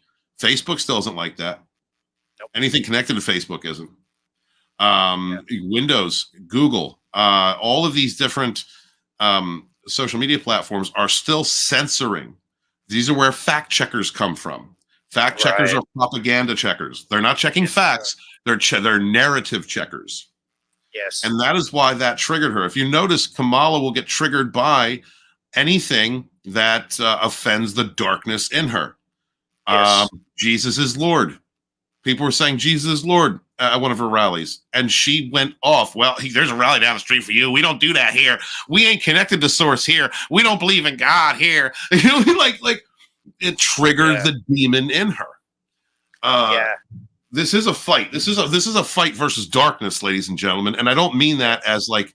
And please, if you have this political conditioning that has been placed upon you, this tribalism that sets your mind to a default as to when you hear the word orange Trump, you hear orange man and all the craziness that comes after that, or whatever it is. Put that the fuck aside. Grow up.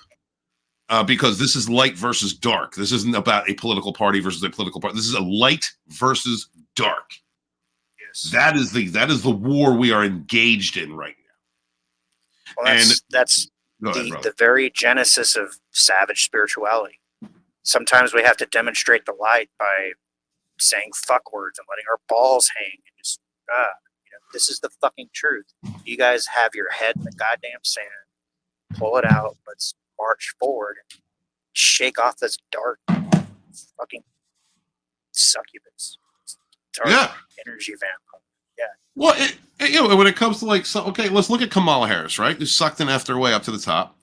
Go back and watch just the first few minutes of Rogue Entertainment on Dragonstorm earlier. Yeah. There was an excellent video that was put together by a coalition that is not endorsing either political party, that's calling out Harris, her cackling ass, getting off on having the power to detain people and then release them to destroy their lives if they do not succumb to her narrative, to her whims. That is evil. Yeah. The power of the pen. That is evil. She was so pleased with herself for that. So happy.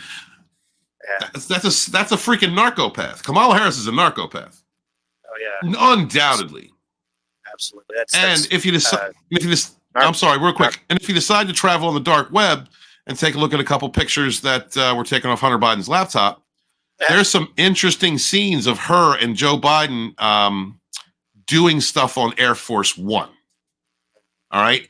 She uses, like all narcopaths do, the power between her legs in order to manipulate men and advance position. Absolutely. Although I would say she's a little bit too bold for his taste. All right. We're going to start getting into the audience Q&A here. So you guys submit your questions. We always reserve the tail end of the program. So whether you want us to clarify something we went over earlier, or you have your own topic that you would like to bring up and pick our brains about, now is the time. So hey, brother, we're going to before we get into that real quick. It's okay. Before we get into that real quick, play with whatever mic setting you were playing with earlier to get your voice clear. Yeah, it's a lot of electronic. Rough out here. Yeah. Does it still sound weird? Keep talking. Hang on. How about now? Does that sound any better? That's better. Okay, that's better. I just Okay. with a lot of reverb, but it's better.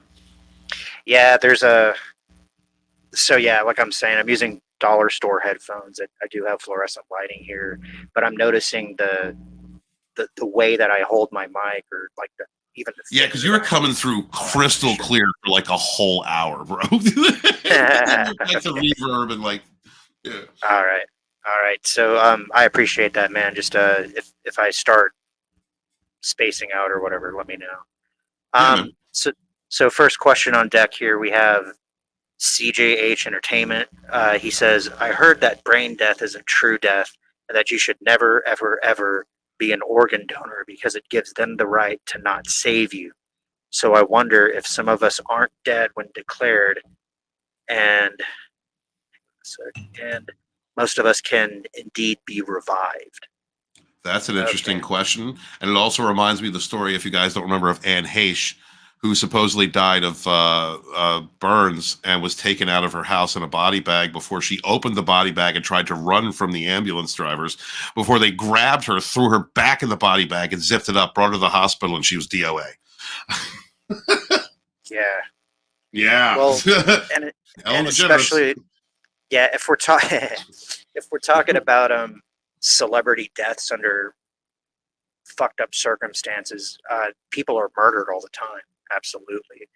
Now, as far as like organ donors go, I'm thinking he's thinking if you sign up to be an organ donor and you get in a terrible accident, they it sounds like he's insinuating that they might decide not to save you and just harvest your organs. Possible.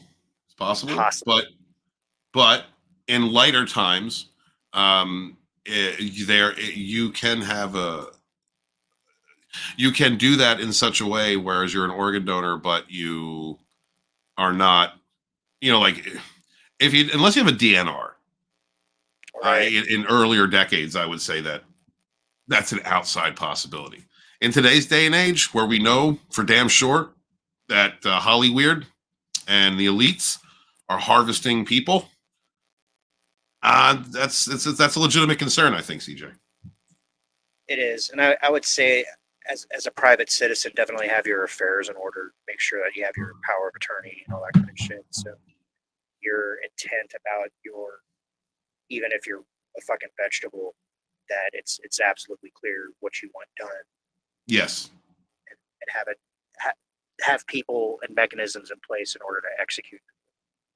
Um, Now to bring it out of that dark thought, I have heard of instances where people have received organs, and then because that organ originated inside of somebody else, perhaps personality traits or even like food tastes Yeah. or preferences and stuff like that have manifested themselves, Because which I find genetic interesting. memory is a thing. Genetic memory is absolutely a thing. Like we were talking about crystals earlier, wait till they unlock the technology, or they probably already have it. They just haven't released it to us to Right. access the information that have been stored in crystals for 10,000, 12,000 years. Plus, the ability to access the genetic memory that we all have within us takes me back to a very interesting Star Trek episode. Coyle will probably remember the name of it, when they found genetic codes from both living and extinct races that, when put together, executed a message from one of the first ones in the universe. Yeah, from one of the Talking about founders. seeding. Yeah, Yeah, I can't remember the name of the episode off the top of my head, but I that's remember it rare. because okay, so like each different race was basically seeded by the same um, primitive race. Like the primitive race got to be a spacefaring race, went out and found out that there was nobody else, so they started seeding planets. So Earth was one of them. Konos was one of them. Fucking Romulus or Ramus or whichever one was one of them. Mhm. And they all like started figuring this out around the same time because like I guess the guy who taught Picard archaeology was figuring this out, Mhm. and they Great all episode. put their stuff, yeah, they all put their pieces of the genetic puzzle together, and they each had a different perception about what it could be. Like the Klingons thought it was going to be a weapon, Mhm. Romulans thought it was going to be something else. Kardashians thought it was going to be Kardashians. The Kardashians. Kardashians. I just had this image of like giant slut asses with warp nacelles flying through the stars. Ships just look like giant asses flying through space. They run on Diddy oil. Totally, dude. No, but giant used narcopath booties. Just like warping through space. right. The titanium shell appears to be composed of a fair amount of silicon, sir. Silicon and Botox. Shit, dude, right? But essentially, they put the genetic puzzle together, and despite what they all expected, it produced a holographic image of the Cedar race. And it was like, hey, we blah, blah, blah. We went out, nobody was there, so we put all the pieces out there, and it was our hope that you would come together and have to work together in a spirit of love and cooperation. And it was one of those moments where, like, most of the people who had low vibration intention or belief in what the puzzle ultimately would become were embarrassed. They had that embarrassing moment. And I think Picard even said that. He was like, look at what we've done. This dang hope that we were going to be a family, and we're not. We're still acting like fucking children. So, good episode. Excellent episode. Yeah. And I would like to mention to anyone in the chat, if you're interested in discovering your own genetic history, the information that's in your genes, it really comes down to inspiration, dreams, meditation, and even your creativity. I call myself Lodana's son of Enki. I have since I was young. And that is because in my genetic code are the Anunnaki. Yes. I, along with other things, Raven Wolf, I pull from my European heritage. But Dragonstorm itself is a reference to the Draconian DNA, the part of the Anunnaki that is Draconian, that is in me, although I am more human than Draconian. Yeah. And these are all things that came to me in inspiration and meditation. Really, your mind, like your mind is a tool as much as it is a filter that can work for or against you.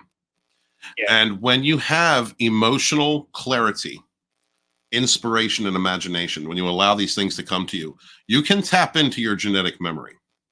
Yes. And so I wanted to mention that because that's kind of like the lore of Steve Walton and why I advertise myself under these different personas. They all have meaning. I want to dig that, man.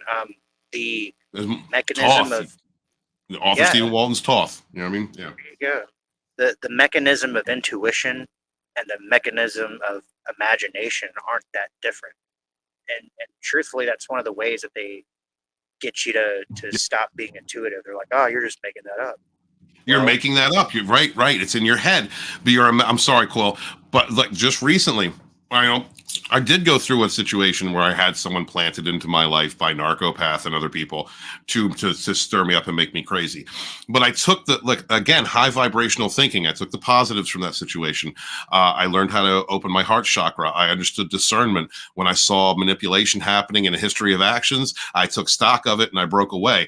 One of the things that happened during that time was I jumped timelines. I did jump timelines while I was there. And I also discovered that I have telepathy. And I also discovered that I can hear my spirit team. And these things, these are all positives. I don't care if it came during an experience with a freaking evil, toxic, narcissistic woman. What I care about is that through that experience, even in adversity, even being fooled and maneuvered, or attempted to be controlled, maneuvered, and manipulated, I discovered that opening your heart, emotional calm, coming at anything, anyone, in any situation with a balanced, empathetic compassion and openness will allow you access to other parts of yourself, higher parts of yourself. And so when you feel something that instantaneous, when you get that first initial feeling in your head, so to speak, It is not being made up. It is not your imagination or your ego making something up. That is your intuition speaking to you. Take stock, brothers and sisters, in the thoughts that come through your mind before they hit the filter of ego. Right. Before you start to second guess yourself, what was that initial hit you got? Yes. Because it's like a muscle. You gotta train it, you gotta use it, you gotta not doubt that you're correct. You'll make mistakes, you'll fuck up from time to time. If you're in a state of emotional turbulence or you're just I'm sorry, brother. I'm sorry. I'm on fire. I'm sorry. You're good, man. You're good.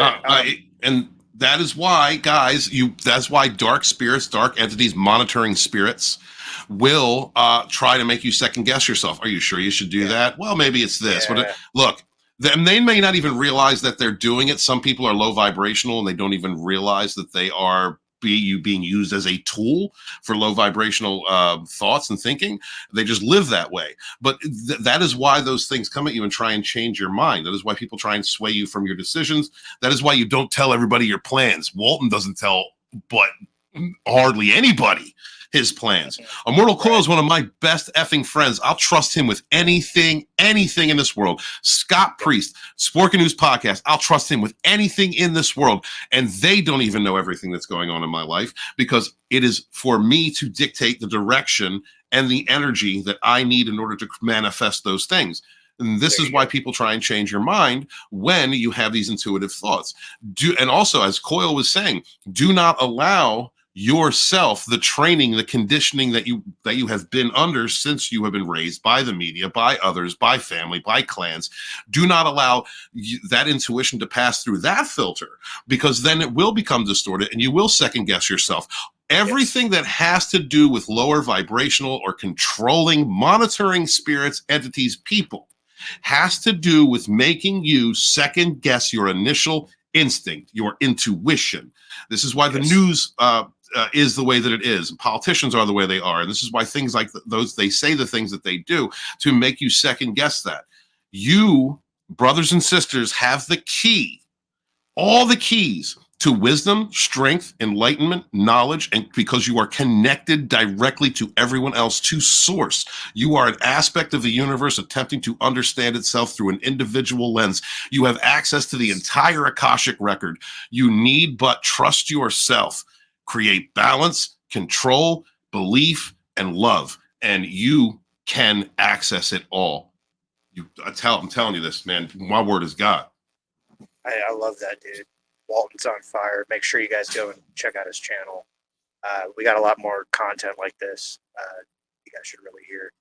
Stephen, one of the things that I consciously chose to do before I was born was incarnate into a family where my intuitional perceptions would be questioned at points in time. Right.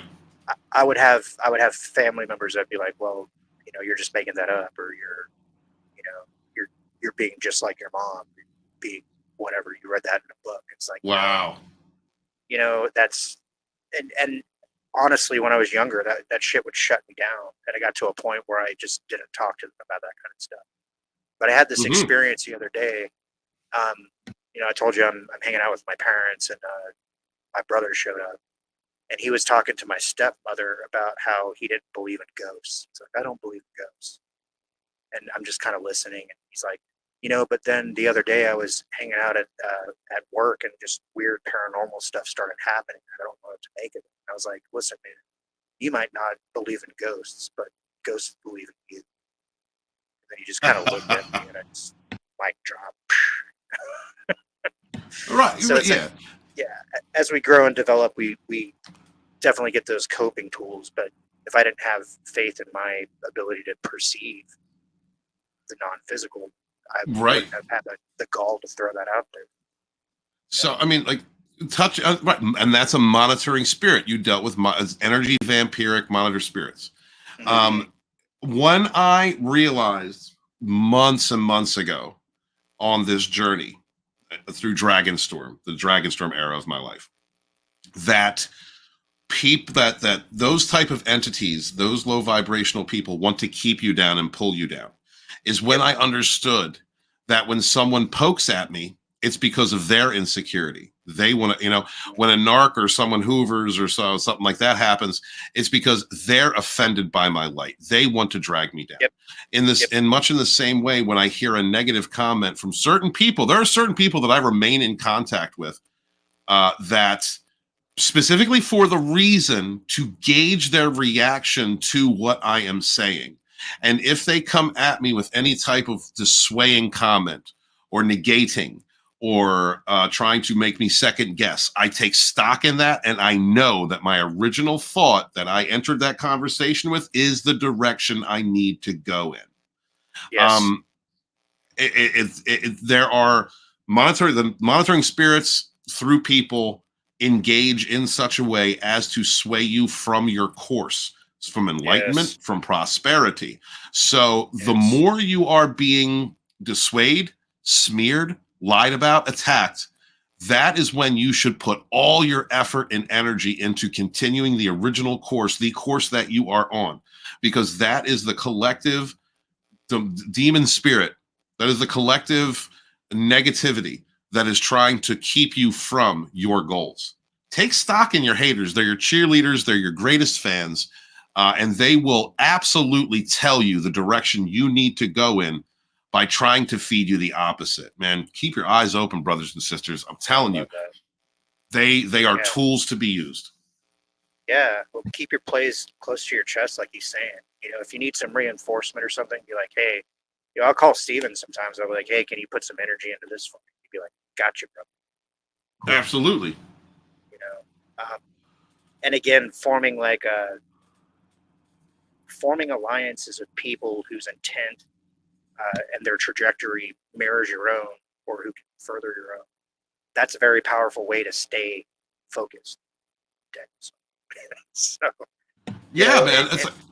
Yeah, we have, Steven and I, we have concurrent goals. We don't have the same exact ultimate goal, but our goals are aligned enough that we recognize that we need to be in each other's lives. Yeah, we're truth seekers. Yeah, we're healers, we're empaths, we're psychics, we're truth seers. We are here to help raise the collective. And it's not, we're here as a part of an entire collective of people. Probably most of those watching this show, unless there's any lurking, you know, haters out there. Thank you very much for being our supply. You know, we're a part of a collective that is trying to raise consciousness, awareness, in this spiritual battle, this spiritual milieu that we're all going through right now. Generational wave too. Absolutely. It's trust and faith in someone else means not having to explain everything to that other person. There are plenty of times COIL and I'll just we're so telepathic with each other. We know we know what the other's feeling. We know, like, there are times like when either we're in a higher or lower vibration or emotional state, and the other feels it. Yeah, we distance ourselves naturally from one another when we're on our and we're always comfortable, even if it's an uncomfortable direction that we're going in for growth or knowledge or sacrifice for another. But we always feel it. We all have that capability. All of us, every person in this chat. And that is why, this is why, if you are going with people that are on your life path, that have similar goals, that are going in the same direction, it is also the same reason why you see clusters of haters, low vibrational bullshitters, liars, schemers, con artists, deceptive types. That is why you also see them cluster. But the difference between the two is this. I can complete my task on my own. Alex can do the same, because we are going toward a higher state of being, a positive direction. Low vibrational monitoring spirit energy vampire types always need to reinforce one another because they cannot generate their own light, which is why you see trolls, haters, flying monkeys, narcs, dark spirit, dark vibrational people. That is why you see them communicate with one another, because the only way that they can generate power is an echo chamber of darkness. That's it. Light never needs that. It can stand on its own and shine in the darkness. I love that. Love you, brother. Love you too, man. Siege is coming back saying, I wouldn't want to reincarnate. Why become a crying baby again who doesn't have any power here? That's monkey Oh my mind. God. Dude. Yeah, Yeah, that's monkey. Yeah. That's monkey mind. I The tell you what, power. you're gonna Go ahead, Coil. I'm you'll sorry. get up you'll get on the other side of this mortal coil thing, and it's like you'll wake up. You'll be like, oh shit, I spent how many years just thinking shit like that? Right Unless you now, don't. right as we speak, right now, Pluto is moving out of Capricorn. A 16-year-long cycle of stagnancy, of rooted stagnancy, which can be a positive or a negative. And it is now moving into Aquarius. We are in right now the weeks where Pluto moves into a new 16-year cycle of Aquarius. We are at this moment being reborn. We are the babies in the womb that feel like death is coming before we are brought into this world out of our mother. We feel like we're being strangled and pushed and squeezed. And then very soon, the light of an entirely new world is about to open up for all of us for a 16-year cycle.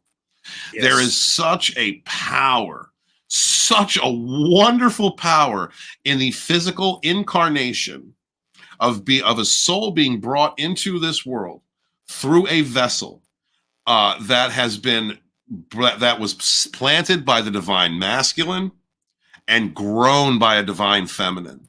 Yes. And then brought into this life in order to learn lessons, help others, in order to be there in whatever function and whatever soul contracts that being has made before that incarnation.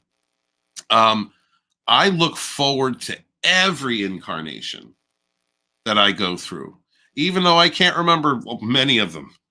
I look forward to each one because each one is a new lifetime of chances to experience wonders and pains that will allow a soul to grow and evolve and attain another set of lessons that will allow them to activate their crown chakra into Christ consciousness.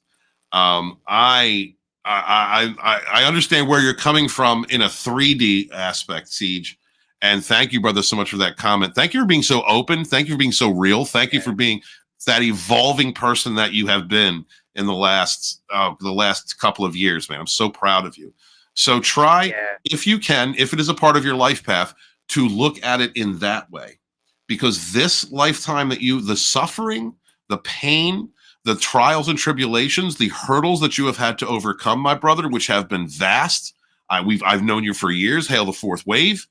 And all of those things, all of that struggle that you've gone through to get to where you are and where you're going is going to help you evolve your soul, your spirit to evolve into a higher sense, a higher realm of being. Those are beautiful things, brother. Be proud of yourself and all of your accomplishments and everything you've overcome. And that's why I look forward to each evolving life. Absolutely. Well, and realize that you're not necessarily going to recreate a dark experience after having reincarnated. I also believe that there's certain vacation lifetimes where we're just like, yeah, you know, that shit fucking sucks. I'm just going to go be a manta ray on a gas giant planet this time. Let's see here. He says, he also says, what's interesting to me is when we are put under anesthesia, we just wake up as if we had the best sleep ever. But is it possible we explored the NDR, other realm, while we were under? Absolutely. I know Stephen will have something to say, but I kind of want to posit this question to you, Stephen. I don't think you necessarily need to be chemically induced to have experiences like this. If you want to go back to dream walking or experiencing alternate timelines through the mechanism of dreaming, I've had instances where I feel like I had valid life experiences in a dream state. And it was real. It was emotionally impactful. It affected me as a human. And then I woke up and I was here and I was like, fuck. So what do you think? So I present it to you like this, which has become something that was set in stone and is now an evolving thought thanks to the introduction of the idea of oversoul by Alex. Thank you. But I present to you like this. One of the most beautiful things about movies like The Matrix is introducing concepts through science fiction that are rooted in the true experience of our reality. Think of dreaming as the construct, the place inside the Nebuchadnezzar, the computer that they could go into, and they could build whatever they want and build whatever areas they want, Gotcha. and learn Yeah. things and Pick all out of their that. guns, pick out their clothes. Right. That is your dream state mind. That is asleep. When you're chemically induced, that is sleeping. That is literally turned off. All right. The chemically induced anesthesia turns that off. When you are using another housing, when you are astral projecting, when you are traveling, you are then in a matrix. Not this matrix, but another matrix. And when you're in that matrix, you can be who you are designed to be in that matrix. There's a matrix out there where I'm a black dragon called Lodonis. There you go. There's a matrix out there where I'm a white wolf called Raven Wolf. There are matrices that exist where I enter a court of Anunnaki, where I am given instruction and things to do by them. These are different matrices that I exist in outside within my oversoul, outside of this vessel. But when I am dream walking, it is within the construct. When I am connecting to someone's mind, when I am going into their thoughts, if I'm being intrusive, back in the day when I would psychic invade, what I would do is go into their construct. And then I was a being inside of their construct. And when you do something like that, then it comes down to the power of will. This is where psychic defense comes in. Because if a person invades your construct or enters your construct and has a stronger understanding willpower, then they will have the dominant control over you. This also leads into the idea of possession. If a dark entity enters your construct, your housing, and has more power within that realm and can make you emotionally unstable, this is why narcissists and psychopaths hoover and try and devalue you, then that entity has more power inside of that construct. This is why narcissists get black-eyed rage, because the demonic forces that house themselves and attach themselves to that person have more willpower and control over that vessel. So so to go back to the original genesis of the question, if you are under chemically induced anesthesia, like a state of stillness, your construct is closed.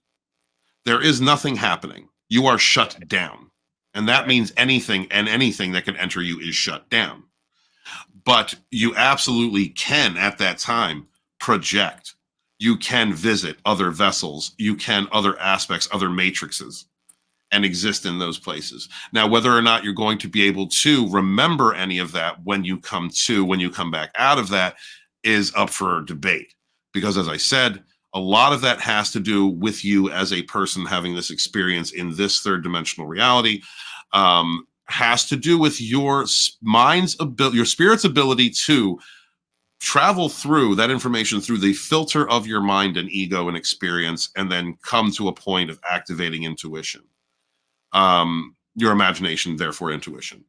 So that's a multi-layered thing. We could do a whole segment on that, but that's my thoughts on that.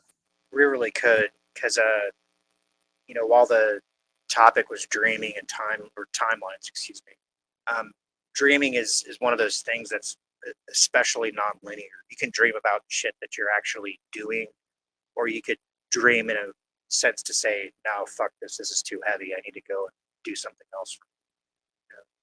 I've also had, real quick, Stephen, when you were just talking about meeting entities and your willpower and all that, it reminded me of this dream that I had when I was 16. And I was like almost about to have a Kundalini experience, but I was still kind of like about 6 or 8 months off, and I'm still putting shit together. I have some metaphysical ability, I have some dream walking abilities, some dream ability, but I'm still not full control of my faculties.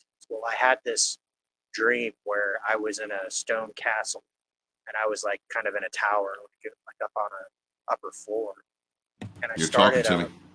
Yeah, I was starting to sword fight with a dark entity, and Hmm.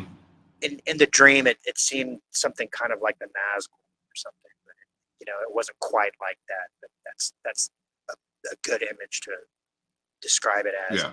And I got to the point where I had defeated it in physical combat, and I remember it looking at me, and it looked my body up and down. I had this spot that I was like really like ticklish, and it kind of bothered me if in my waking state, even if I was with a girl or something and she touched me, I'd be like, no, don't touch me. And it looked at that spot, and it like reached its hand inside me, and then I woke up and I was like, oh, fuck, that thing got me. Wow. And it's not like Okay. it's not like I came away with like lasting after effects, but it perceived that, and fucking that's where it went. So what do you think about it? Before I explain that, I have to ask one question. When you Go ahead. please don't divulge too much. You just say yes or no. Okay. When you travel inside to your temple, is it a castle? No. No. Okay. You were in another place. You were in another vessel. That was a mission of high importance. That was a conflict of very high importance to another part of your oversoul.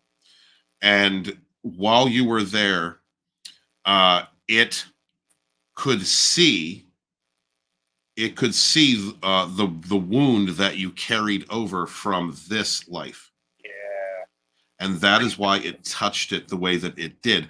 And there is a lesson involved there. Remember, even like dark is just as important as light in as far as the balance Yes. of who we are. Understanding what that wound represented will give you an idea of why you were engaged in that battle in that vessel. Yeah. And I'm getting chills as you're explaining that to me, because it very much was at a time where I was putting my understanding together. The fact that I found myself in sort of combat with this dark force. You are just like Yeah. me, Alex. I love discovering brother. these things. Yeah. You have secondaries, buddy. Yeah. Yeah. Yeah. We got to talk about that offline sometime. Mm-hmm. So Siege, continuing with the excellent questions. Will Mars be the new Earth? And is Elon sending us there and letting Earth to burn the rest? All right. Oh. So here's my understanding, and then Stephen, I would appreciate your thoughts. Sure. Mars has had an extraterrestrial presence for a long time. There are actually native Martians. Mars also, millions of years ago, was very much like Earth, and they fucked up and they blew the atmosphere off the planet. There are certain facilities that still exist underground, like the idea is kind of communicated in Total Recall. I mean, not like the entire story, but just some of it, like the old civilization, things that existed before. There's monuments. There's that the famous face on Mars. That was a thing, and for years, like they have gone so far to obscure those things. Haven't they? Yeah, man. Yeah. So Elon specifically, and especially because he's a private citizen and he has his own space fleet, even if he's not like face-to-face contactee, you can bet that elements of his essence are in contact and have been guided, have been, and as we progress as a Terran race, and this is what I think is interesting about Trump presidency. He laid the groundwork for Space Force, and he's aligning himself with Elon Musk, who uses his Bruce Wayne to fly in outer space for fun. It's going to be important that in starting to manage our own Terran space, even though we're going to be outclassed technologically, we're going to be allied with technologically advanced benevolent races. But it's going to be important that we as a Terran race also participate in those things, even if we're flying around in matchsticks. But I also think that if it comes to that point, we'll start to see the release of technologies. So that even though it'll start off looking like matchsticks, like pretty soon it'll be like starships, recovered, reverse engineered ET craft, and all that kind of stuff. And then if we prove ourselves worthy, I'm pretty sure we'd be offered technology or mentored in technologies. So no, Earth's not going to be left to burn. Earth is Gaia. That's our home. That's our womb. You know, even though we were placed here, that's where her students. What do you think, Steve? All right. Going back to what COIL was saying, yes, at one point Mars was very Earth-like, and they took the route that, okay, imagine Kamala wins, and it's another century of the Draconians running the world, the mad psychopaths that run the purse strings and destroy us, take our civil liberties and everything. Just imagine that track continues on. That it will lead us down the path of Mars. When the Martians, or whatever they were called, when they went through that, they exterminated a lot of their civilization. They went underground. The souls that could not incarnate there came here, which created an influx of dark masculine. Now we are seeing the repercussions of that thousands upon thousands of years later. There was a balance that took place. There was a cleansing that took place. And events that took place before the floods, but the floods were like an after effect of that, to pollute the connection between us energetically in the spirit of Gaia. What has happened since then is that those beings have evolved up to a point with assistance where they have come to an enlightenment, where they understand we're going down that path. They see the path that we're going down. They understand the energetics involved. Humans have been to Mars already. There already has been several times transportation between these two worlds. There are people that exist on this world right now that know that civilization and interact with that civilization. And one of the great pushbacks that we see due to the narcissistic nature of the psychopaths who run our institutions at this moment is trying to stop, pollute, or create some type of outlook of fear within the population that when open contact actually happens, we devolve into an animalistic, low vibrational state, a warlike state, which will then make any Martians and other extraterrestrials not want to be involved with us. They're too animalistic. This is one of the many aspects of we're fighting within the spiritual warfare. Now, that's not going to happen because we're awakening. Those of us, if you want to call them the 144, whatever mysticism, whatever you're going through, because this is happening, it is also happening with the assistance of other beings outside of terrestrial spiritual Earth. We are not going to go the way of Mars. That is a deception. That is the want of the nefarious dark demon spirits that exist, that are trying to condition us and fulfill us full of fear. What's going to happen is this. At some point within the next, who knows, the 15 years, at some point within the next time, there is going to be such an overwhelming exposure of the dark and nefarious psychopaths that have been running this world. The top 13 families are going to lose their grip on us, on the media, on misinformation, because human beings are going to begin to embrace their intuition, their connection to source and the universe, and the universal soul, spirit, that we're going to join. We're going to start being introduced into joining the galactic community, which is thanks to, and I'm so thankful for Alex coming into my life because he's been a big part of me understanding the more universal aspects of everything I've believed my entire life. And that is because the spiritualism that we are involved in, the enlightenment that we are attaining, is something that is sought by other light races, not just with extra dimensional or in other places and spaces when you travel, through astral projection, But also it's a connecting tissue of higher, more enlightened races that are used to manifest, to create, to build, to create communities, to attain higher consciousness.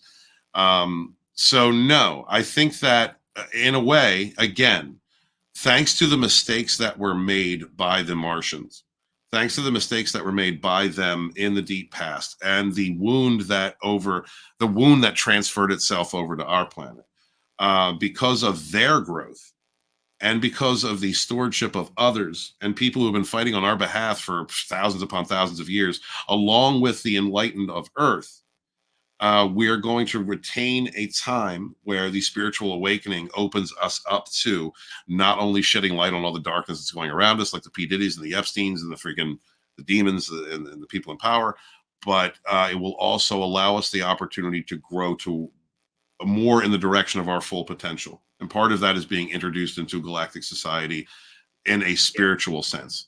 It's hard for me to do sometimes, but you have to stop thinking about things so much in technical terms. We've been brought up in an age of dark masculine, where it's all explosions and ham fists and combustion engines and missiles and shit like that. That is the dark path. That is the Power right, the power over, right. Those are low vibrational, animalistic vibrational tendencies. We're talking about raising vibration. Yes. And when you do that, you will create a collective, you will become more in tune with your collective of higher enlightened people who activate their crown chakras and connect through spirit, soul, empathy, love, respect, and these things. So we're going into a very awesome age, guys. Yes. We are about to ascend, and our Martian heritage it has a lot to do with that. Well, two thoughts popped into my head as you were speaking, Stephen. One of them is that one of the functionalities of Elon Musk will be transitioning us from this sort of like NASA rocket ship, fucking solid fuel propellants, into more of the underground secret fucking space program.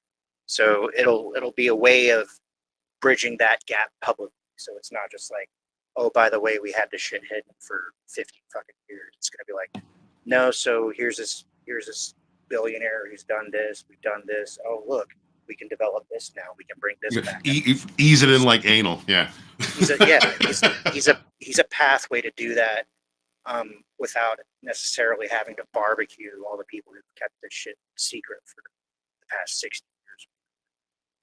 The second one is the Terran human genome was worked on, and the atom, so to speak, if you want to call him that all happened on Mars, and then he was installed here. It's like samples are gotten, taken back, worked on, brought back, tweaked, all that kind of shit. That happened on Mars, sir. Nice. Yeah, he continues to. CJ has really good questions, you know. He does. Yeah, and we're trying to nudge you towards not being so pessimistic about shit. But I do like the lines of questioning you go. He says, I have seen a lot of evidence that this is a simulation. Could this just be a simulation so that we can learn our lessons? Prison planet, but the prison planet is a simulation. So, CJ's always got half the answer, doesn't he? Yeah, he does. It's a beautiful thing. Yeah, I'm sorry. Go ahead. Yeah. Go ahead, Alex. So physicality in itself is a simulation. It's an illusion, just like we were discussing at the beginning. Time is one of the mechanisms of that illusion. The idea of separation, of creating something that's other than unity and source. Source by itself can't be source because there is not but source. And if absent anything else, that which is cannot be, right? So even though it's impossible to create something that's not source, the illusion of it not being source is possible. Hence physicality, hence all that kind of stuff. Now, just like we were talking about earlier in the program, and forgive me if you've come to these conclusions as we were speaking before we got to this question, elements of 3D, third density, became not fun anymore. and it became stuck in darkness to the point where it was retarding the progress and the original intent of the creation of the density to begin with. So that's where we're coming back. The light army or the angels, fuck you want to call it, to kind of change a possibility of how it already went, and to put it back on path to what it should have always been, which is an exercise of contemplation for source. Go ahead, Steve. I have nothing to add to that. That answer was perfect. Okay, thanks, buddy. Yeah, man. Kevin the Wang Jang, he says, I wonder if Harris will get elected. If she does, it's going to be shit. Yeah, we've been musing about that all night, but man, I really think they underestimated the ability of the people to see through the media's facade. I mean, especially if you look on Twitter, man, they are just roasting them. She's embarrassed herself several times. She refuses to be honest or transparent. She won't give interviews, and when she does give interviews, she wants pre-planned questions that her team can look over and scribble out the answers. She has talking points. She has no policy positions. She just says the same kind of shit. I really, really sense the possibility of a Trump victory. And if he's not victorious, it's because he didn't. Well, there's there's no COIL this time, which was a big contributing factor to the ability to make all those funny things happen in 2020. So again, we're Alex and I are drawn toward X because there's a hell of a lot more freedom of information there. It's an actual social media platform where everyone can speak. But if you go to a Facebook, if you go to other the mainstream media, if you go to talk shows and things of that nature, they're all run by the Draconians. So that you're getting an entirely different image there. She's picture perfect. Trump is Hitler. All the usual sticking points. The only viable way Harris gets elected is through shenanigans. The only viable way. I ask any of you to look at any of the numerous. I have to mute them constantly when I'm watching TV, when I'm watching like my apps. The numerous smear campaigns painting Kamala as this wonderful person who will do things that she has absolutely gone against in the past, while painting Donald Trump in a light as a narcissist would. I mean, I've cut off a person who was in Dragonstorm chat for a year and a half because she was so blind and plugged into the Matrix that she was narcissistic. She was narcissistic herself. Yeah. And I couldn't stand it anymore. And without, I'm not going to go further into that, but there are people out there who are so. I'm going to take us in narc abuse terms, Kevin, because you're a member of the Dragonstorm community. There are people whom are so trauma bonded that they love, venerate, defend, adulate their abusers. There are so many people who are just sick of their kids being conditioned by public schools, by these phonies and cronies and fakes and snakes in our media and our entertainments. There are so many people who have felt the sting of the prices at the gas pump, their food bills, the losing jobs, the loss of opportunities, the influx of literally demonically spirited people from other countries who have been through abuses due to the demons who run those countries, helping to share and spread that pain into the United States. People are waking up. This is part of the spiritual awakening. People are waking up to the fact that the totalitarian methods that are being employed by politicians, the bullshit that tumbles out of the vapid face holes of entertainers who are either trafficking certain under people, young people, or are complicit in the use of these things, of these things happening. There's no way that a demon, a narcopath like Kamala Harris could be elected in any fair election. And if they do manage to recreate a 2020, if y'all know what I mean, then yeah, it will be. I think it's going to. Honest to God, I think it will get to the point where it becomes time to start really, really seriously worrying about that Tim Pool revolution. You know what I mean? Yeah. That's Tim's always talking about.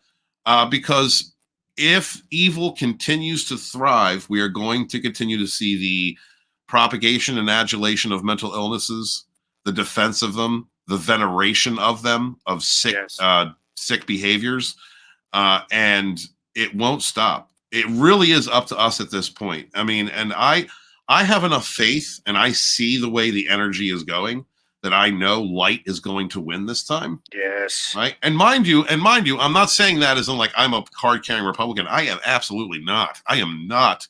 I'm a true conservative. I believe in the ancient days. Yes. And I think that the energy that is involved is leading toward this is a teetering point. I've heard people say this in the past in political campaigns and stuff like that, and there actually is a part of me that's like has a prang of like ew, and in thinking in these terms or you're speaking in them. But I mean, it really is the truth of it. We are at a turning point in history that will mark whether or not the forces of darkness or the forces of light prevail. And I do believe that light is going to win. Absolutely. 100%. You know, and it's the same thing. I was talking to my stepmother about this. I was like, I'm registered as an independent. You know, I'm not just going to vote red because I don't like blue, not vice versa. No, I go with what's right. I go with my gut. I go with what's in the best interest of the country and of my own personal success. You know, Stephen and I both personally have been building our own momentum, and we just feel like it's about to crest, and it's about to crest. Then suddenly this possibility comes up that could really free up the intellectual and media sphere to help us go forward. And if we ask ourselves, what are we trying to go forward with?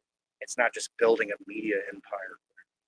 It's about raising the vibration of life, and about teaching humans who the fuck they really are, and about getting them past their pain and trauma so that we can become something greater. And all Absolutely. of these leaders, all of these leaders that we're supporting, they might not explain it the same way, but I believe that that's where their alignment and their intention is. And that's why I'm willing to support them. There are very few places in the world right now that can be a beacon. America has been, in the last 4 years, a place of variable darkness, run by darkness and evil, run by Epstein traffickers. And like there's in Europe is like collapsing under the weight of these demons. One of the only vestiges of light there is like Poland, you know, of all places, you know. There are countries like Great Britain where you can be arrested and charged as a terrorist for speaking out against draconian rules and laws. It is time that, like, I don't mean like I gotta fly my stars and stripes for a moment, guys, and I apologize that I am America centric. But it is time for the lighthouse of the world to start shining. It is time for America to step up and be the promised, the country of morals and love and God that it should fucking be. Because it has enough weight. It's large enough. It is an empire that has enough weight to push darkness and shadows out of these governments. But it needs to clean house first, and that's why we need Donald Trump. We need to clean house. They need to drain the fucking swamp. And once we can do that and bring real knowledge to the people who should and always should have held the power, right? We, the people, hold the power.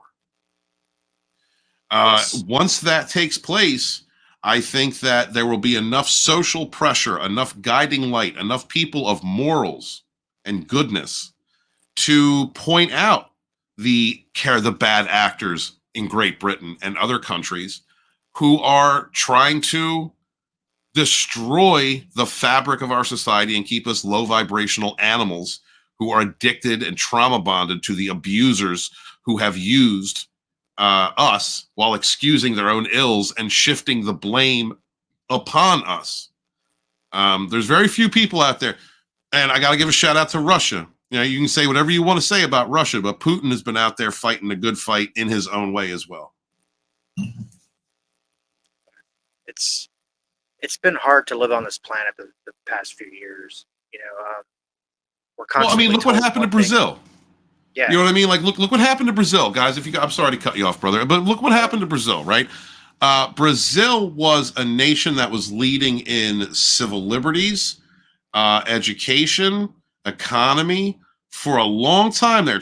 They hated Chavez. The U.S. government, the PSYOPs, did everything they could to paint Chavez in a bad light. They couldn't do it. They could not do it. So what did they do? The CIA, the narcissistic CIA, went in and destabilized that country into a third world shithole because they were afraid of a beacon of light shining brighter than the bad actors who are running the United States.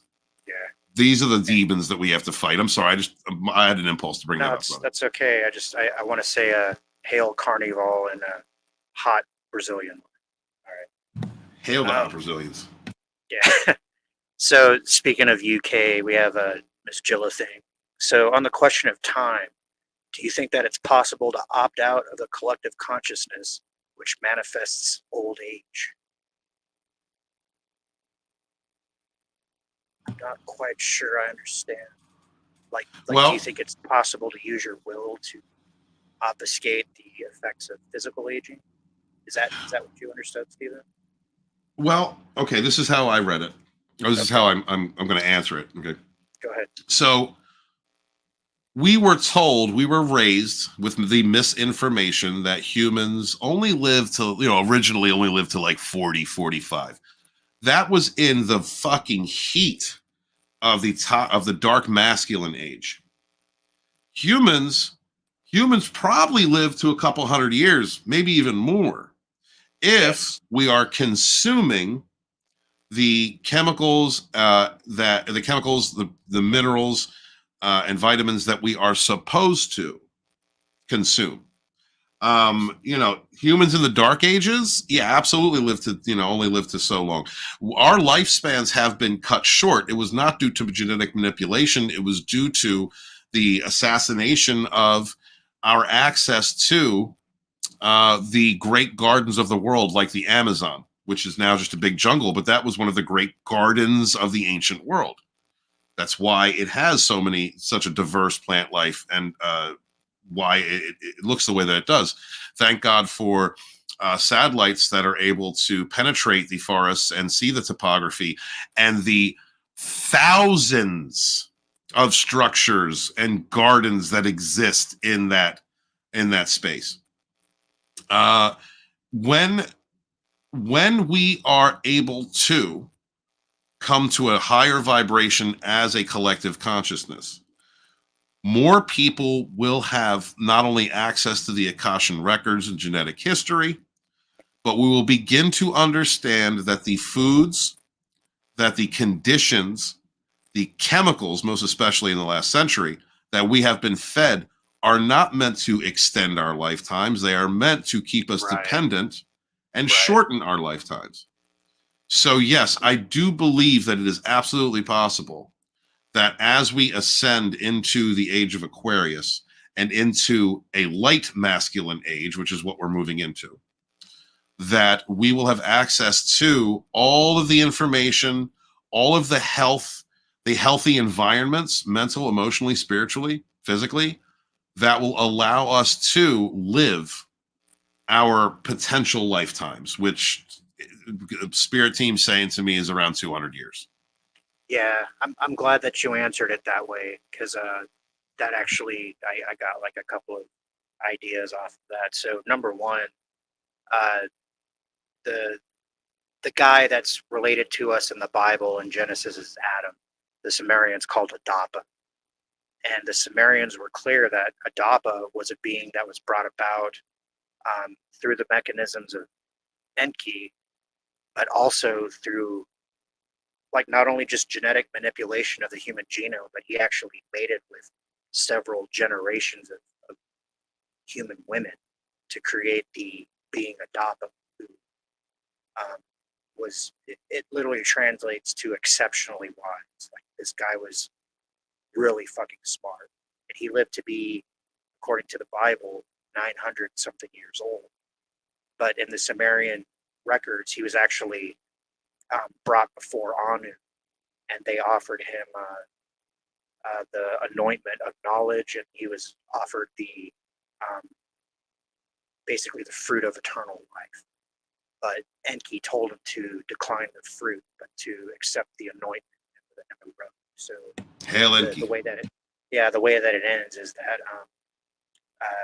wisdom and knowledge Adapa was granted, but eternal life he was not. And that sort of became like an obsession of early ancestors, because they saw the super long lifespans of the Anunnaki themselves, especially the principal pantheons, because they had sciences and genetic rejuvenation stuff, things that appeared to be magical rituals for all intents and purposes. I'm glad. I'm sorry. Go ahead. It's okay. And then the Epic of Gilgamesh, like half of that was like Gilgamesh's best friend dies, and then he becomes like sorrowful, and he just scours the earth looking for a means to create immortality.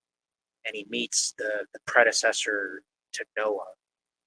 His name was Utnapishtim, and Utnapishtim gave him a plant that was going to do that shit, but then he lost it. He was doomed to die a mortal's fate. You see that reoccurring throughout mythology, throughout the ages of the Sumerian record. And then, like Stephen was saying, there's poisons. We're going to poison them with their food, and then they're going to come to us for medical attention. We're going to poison them with the medicine. Whereas the natives would say, Whereas the natives would say, let your food be your medicine, and medicine be your food. You know, all right, so you, Jill, and I are all on the same frequency. So I'm glad that you brought that up, because I was going to go headlong into the story of the garden, which is, thousands upon thousands of years old. Way older than Judaism. The very idea, the very idea of the story: eat this fruit, eat this food, and you will gain knowledge, but you will lose longevity and you will lose peace. Right? That entire story, and we'll take it to Christendom because it's the most recent. That entire story is being tempted by darkness to engage in low vibrational activity. Food is a part of your digestive system. It is a part of your root animalistic needs. Engage in these behaviors, and you will gain the wisdom of these pleasures, but you will lose longevity. You will lose connection to source. This is why we have drug problems. This is why we have sex addictions. This is why we have the animalistic behaviors that we do. That's why we have the propagation of mental illnesses like gender dysphoria. That is the seduction of darkness to get you to engage in your primal urges and become addicted to them. This is why narcissists use sex as a tool to manipulate.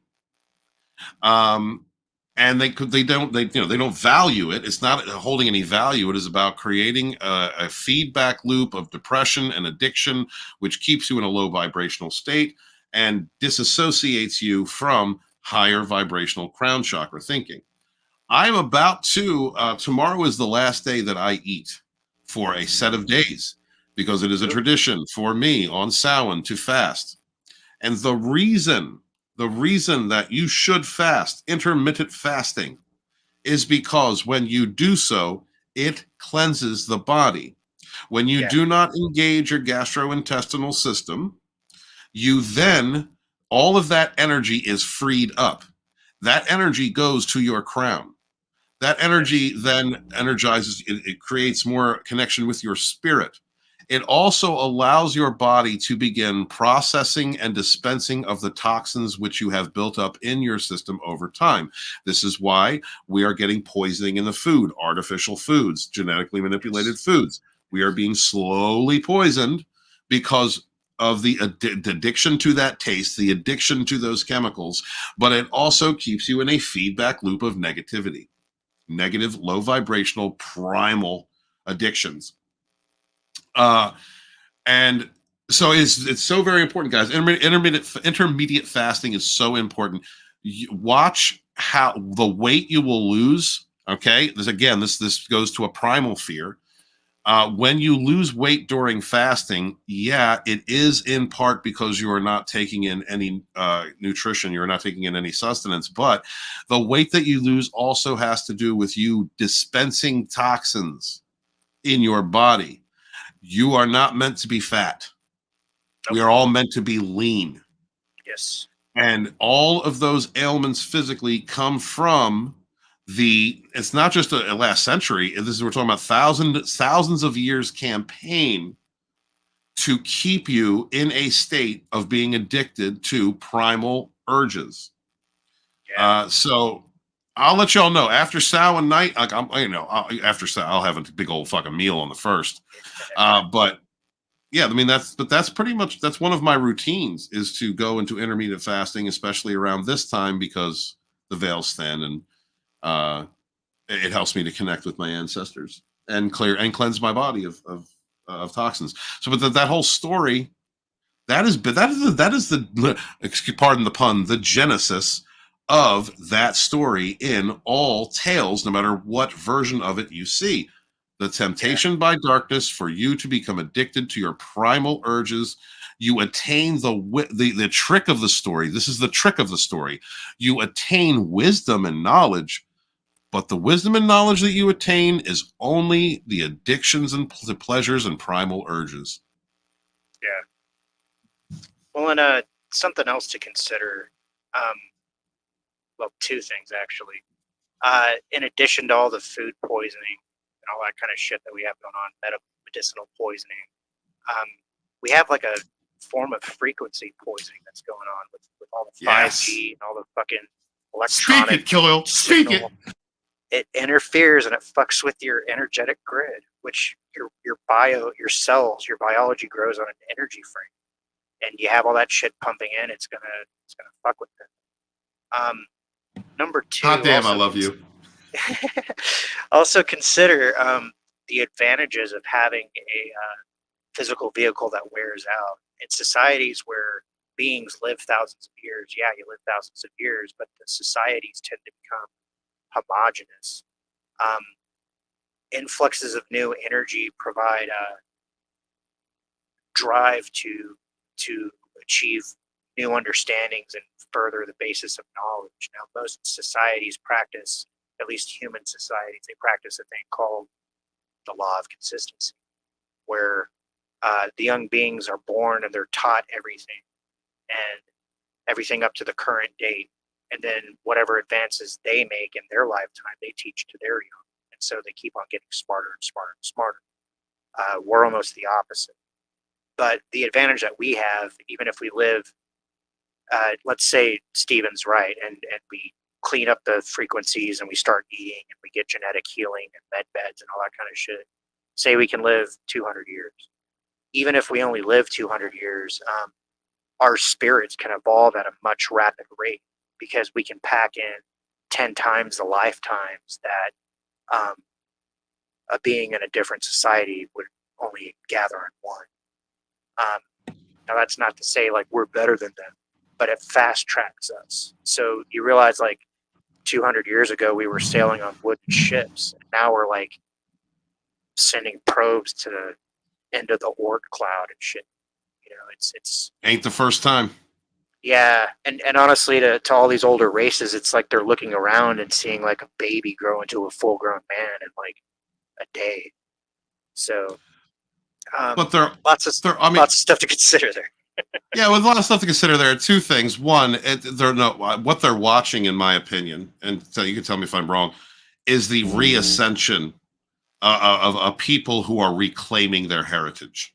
Yes. You look at the much in the same way as an abuse victim goes through a prolonged period of terrorized, malicious, intense harassment and abuse, physical, mental, sexual, whatever it is. And then if they have the strength and ability to recover, to reclaim themselves, they come out stronger. That's what I think that they're seeing.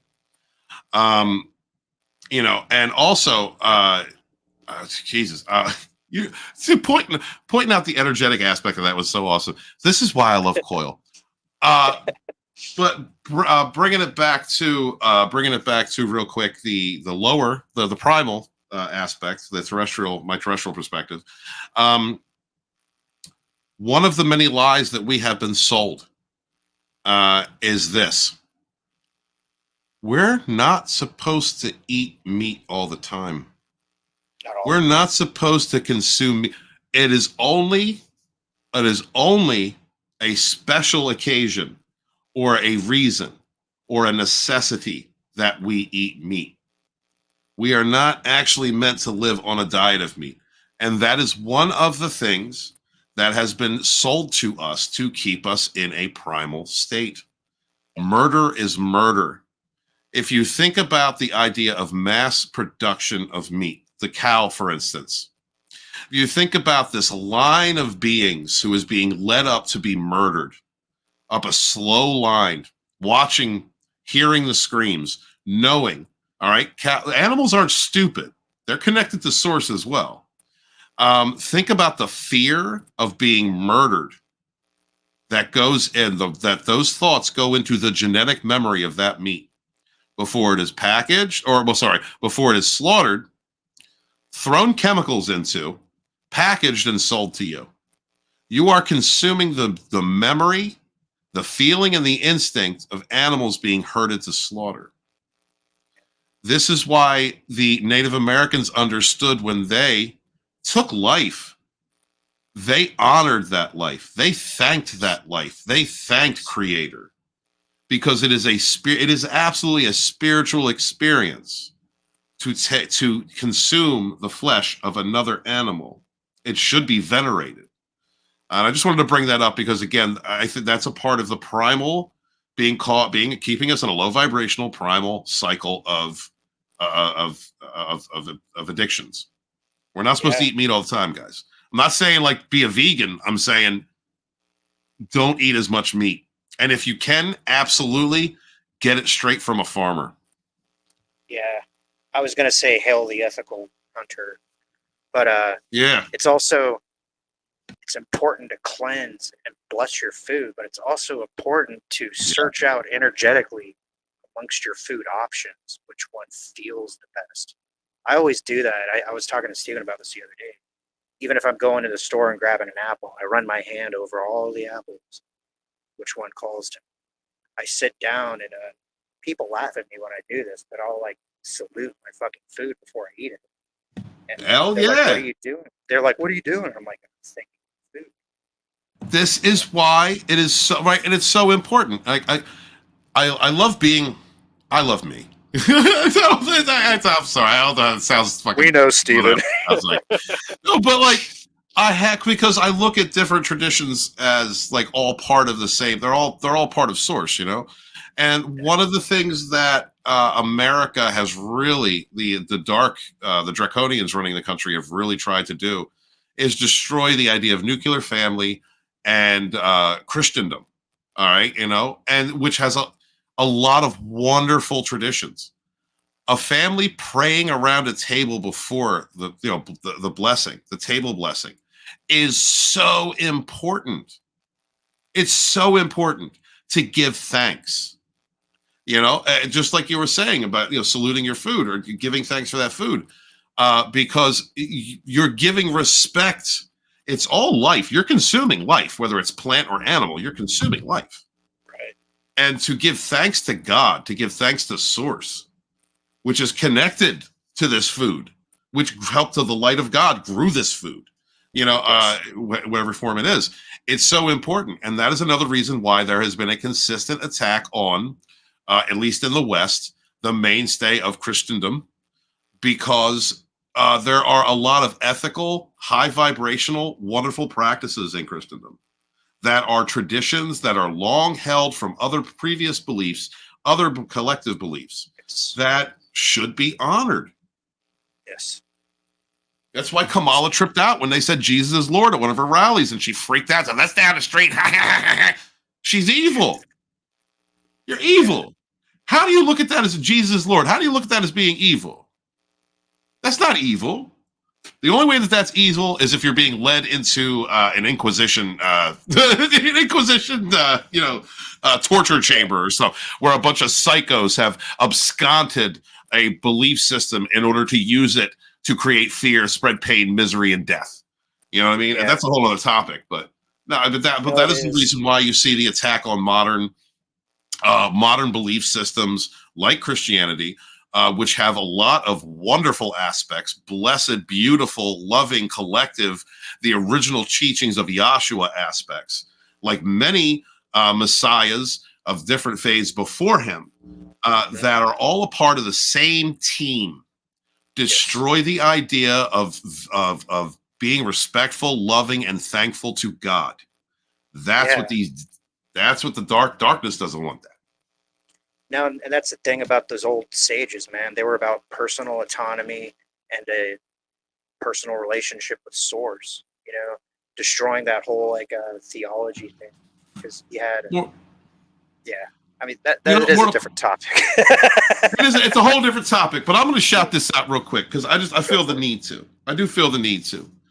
A longtime fan, fellow chat, I want to say fan, but chat brother by the name of Sean Estep sent me a package during one of the darkest moments that I was going through under a consistent harassment smear campaign from Narcopath and Rat Wolf and those guys, and showed me love when I needed it, which made me so appreciative. I called Scott and I asked him to pray with me. And I prayed and thanked God. I thanked Jesus. Yes.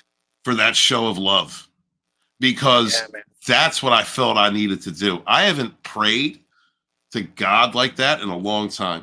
But I was so filled with love and inspiration that I called my Christian brother and I asked him if I could pray with him. Totally. And that is respect. Thank you, God. And thank you in Jesus' name. And I say that in the aspect of Christ, Jesus Christ, but I also say that in the aspect of all the solar messiahs that I take lessons from, and the history and lineage and the wonderful history of those beliefs and what that God represents. God is real, yo. We are a part of it. We are connected to Source, and absolutely show respect, be thankful and appreciative. When angels come into your life, Sean was my angel that day. Came into my life and said, "Yo, you're loved." When I needed it the most. Thank you, God. Dude, and we can hear the emotion in your voice as you say that. Real quick, the idea that you either have to be polytheistic or monotheistic. I think if you're polytheistic, you also have the ability to recognize the monotheistic gods alongside your own pantheon. So maybe Christ could be an entity alongside, Enki and Thor, and fucking all. It's all this.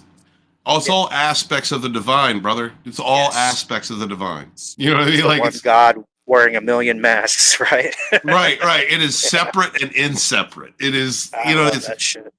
Yeah. Right. But like, I'm a polytheistic. Well, I'm a universal, but I'm a pagan. Yeah. And in that moment, I felt Jesus Christ and what that image and what that divinity means to me, and that was who I needed to thank. The divine exists, yo. It does. Absolutely. Be thankful. Thanks for sharing. Thanks for your question, Jules. You actually led us down several rabbit holes in that. And I think this next one from Siege, he's kind of responding to your idea for a sci-fi book. He says, I've had this story in my mind for years.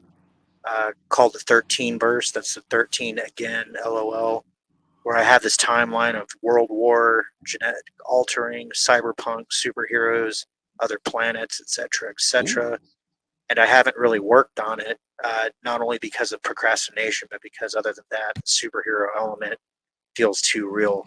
Well, I think it's interesting that you guys are revisiting these old ideas in a context where we're discussing actual exopolitics and spiritual and metaphysical truths. Because had you worked on them when you originally hatched the idea, it would be a much different work than if you worked on it after you've walked all this way and came to this current state of knowledge.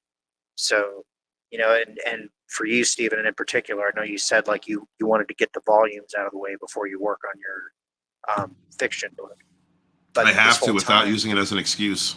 Yeah, well, but this whole time you've been gathering experience. So just like I was saying, if you had written your sci-fi book years ago when you hatched it, it's not going to be the same as now after you've met so many people and heard so many experiences and accounts. That's true. That is true. But I would also like to add that talking about timelines, since we were earlier, yeah. I have missed 2 opportunities to do that and catch a wave. And the last one was right before the Marvel universe unfolded, a few years before that, the cinematic universe. I know now that I have missed 2 opportunities in my timeline to make that a possibility and make it the Lucas universe that I want to. And when the next one comes, I'm not missing it. Good. I'm not doing that. I'm going to ride that wave. Good. Well, let's bust that book out, man. Let's get some proofreading done. Okay. Yeah, man. Siege coming back again, saying my view is reincarnating is just back in the prison again. I'd rather go back with Source. Dude, you do both.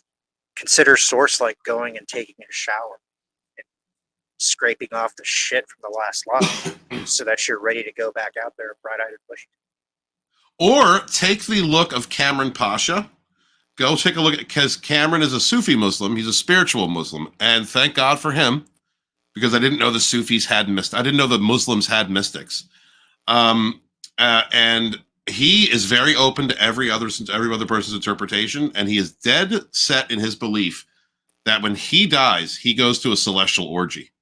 And there you go, Siege. So Sufi Islam might be the thing for you. Go check out Cameron, because I told him, I said, if this is what you're selling me, I don't know if I could resist that. A celestial orgy, shit. You know, like you hear the jokes about the 72 virgins and in heaven and all that. They believe that. Yeah, you're going to heaven and banging a bunch of. You got a whole freaking harem. That's their heaven, and I'm down. It also makes me wonder: what do women get 72 dicks? Do they get like? Do they like? What does that have? Like, I'm not sure how that works out for them, but for the Sufi Muslims. Yeah, there you go. There you go. I like this. Jill's is saying Jill's has chills. All right. Kevin Jang, he says, we are ushering the age of Aquarius if Pluto is moving into Aquarius. No. So Pluto, I'll let just real quick, and I'll let Coil do this because he's more apt. He has more information on this. But the movements in astrology, Pluto sits in each sign for 16 years as it goes through its movements. It has been in Capricorn, which is at its healthy state. Capricorn is another Earth, a fellow Earth element, a grounding element, someone who can slow and steady movements, stability. But it's also, it can, in a negative sense, it's a stuck energy, and that's why we've had a lot of stuck energy, consistent, bad actors for the last 16 years. Pluto moving into Aquarius. Aquarius is a water sign. It has a lot to do with emotional connectivity, intuition, and like emotional clarity and truthism. So we are going from a very stuck energy in Capricorn into Aquarius, which is about movement, connection to emotion, connection to your intuition. So Pluto is also named after the ruler of the underworld. And so planet of Pluto itself, named that way, is the other side, intuition, crossing over, moving into the other realm, the dark realm, the underworld. So this is going to be a time of people connecting with their traumas. This is going to be a people healing from those traumas, of people healing from, in an emotional sense, coming into a long 16-year rotation of connecting with your intuition, hidden deep secrets within yourself, revealing past traumas, healing those traumas, creating emotional connectivity. This is a part of the spiritual awakening that we're going to be going through, a push into the age of Aquarius. The age of Aquarius is about the precession of the equinox. Yes. We have been in the age of Pisces, which is why Christendom has been a very big part of our history in the last 3,500 years, or moving into that. Fish. The images of the fish, right? That's why you see the two. That's why the two fish is written in biblical script, and that's why it's a symbol of Jesus, because it's the age of Pisces. And if you look further back, you had the age of Aries, which was during the Judaic times. They blow a ram's horn. And if you go further back than that, is the age of Taurus, which is why Moses was upset when he came down off the mountain and saw people worshiping a golden calf. It was the age of the Minotaur. It's all about astrology, bro. It's been around. It's right in our face. Yeah. I don't really have much more to add to that. Stephen was right on. The precession of the equinox has to do with the rise of the sun. And if you compare the sunrise at the same place over the year, you find that it shifts backwards through the constellations as opposed to forwards as we consider it. So it takes 72 years for it to shift 1 degree, and then I think it's like a 28,000 year cycle, something like that. Actually, our pole stars will shift all through.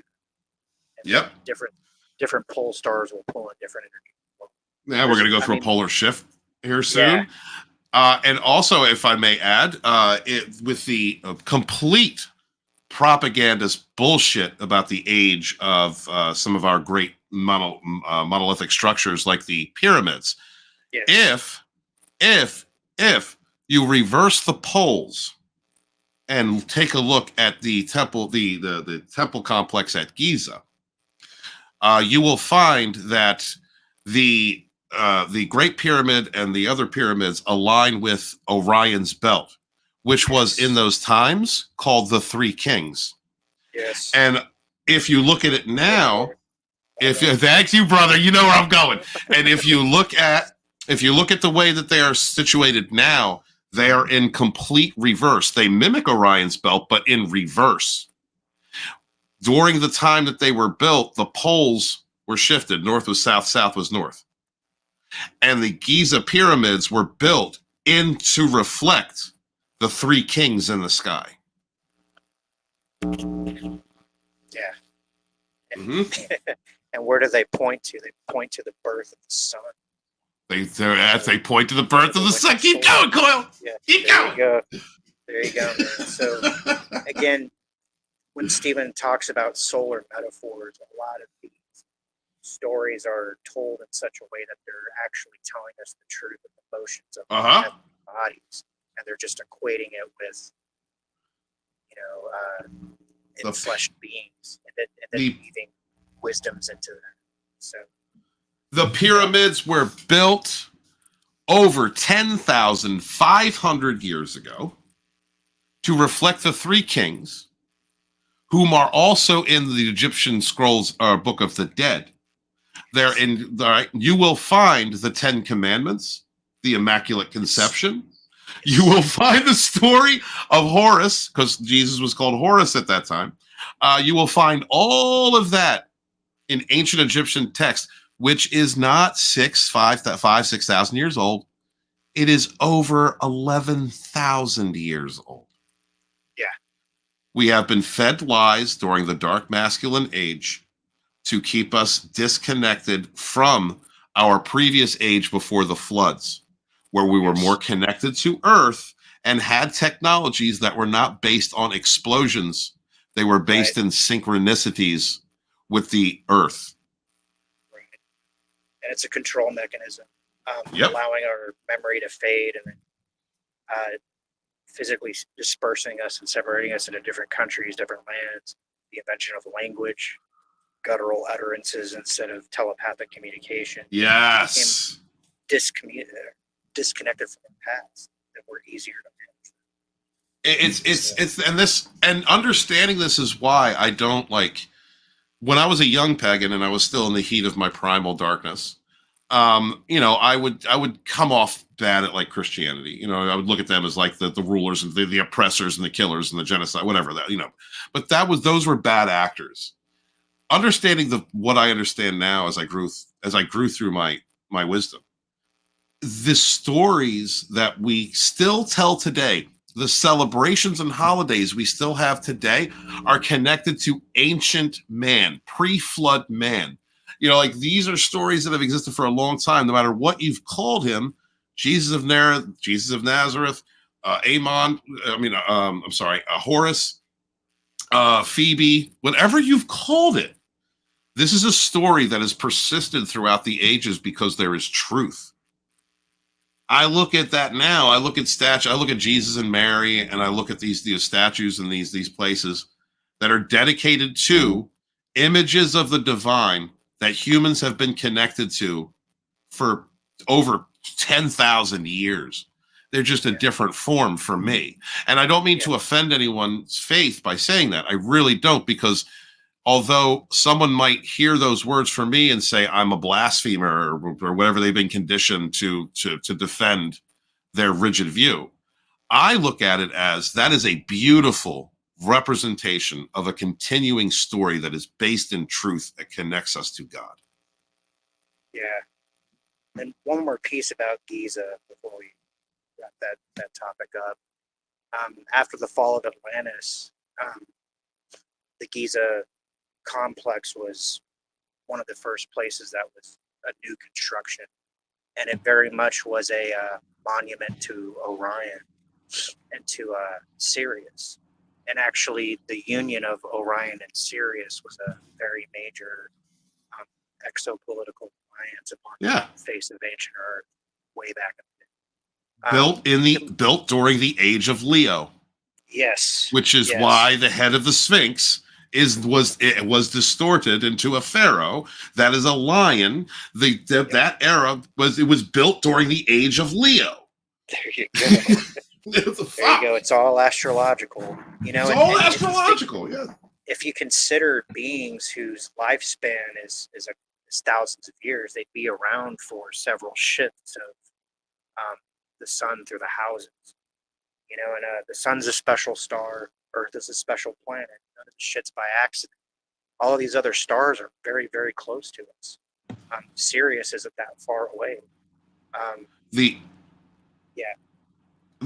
solar Messiah, known as Jesus of Nazareth, said he will be with us until the end of the age. Yes. The end of the age of Pisces, where you will see the coming of the next age as a man bearing a pitcher of water at the gates. The age of Aquarius. It's right there. Right there. So I hope that answers your question, Kevin. Thank you, Kevin. Love you, bro. Thank you, dude. That was a great conversation. Okay, see, just saying, maybe that is my fear of reincarnation, is that I don't want to do this life again, but I also wouldn't change anything about this life because, in my view, I wouldn't want my siblings to suffer in my place. In terms of Lord of the Rings, I'd rather be the Frodo and take the burden of the ring and throw it into the fire. Well, yeah, and it's just it's that like catastrophizing thing. You're not necessarily always going to run into like evil and adverse effects, and to the extent that you expect that you always will, you'll find a way to create it. I invite you to a different way of manifesting, and you don't even have to wait until you die to do that. You can do that. So the idea, which is a beautiful idea, of self-sacrifice. is the ultimate honor. But I would ask you, because I have the same, Siege and I have a lot of the same thought patterns, or have had. I ask you to not think about self-sacrifice in such a way that you're looking for it in order to feel some type of value. If you have to ever do that, then you should. But the true sacrifice is the shadow work. It is denying your primal urges. It is moving your energy into your crown. The true sacrifice is leading by example and taking on the burdens of facing darkness who will oppose you as you elevate.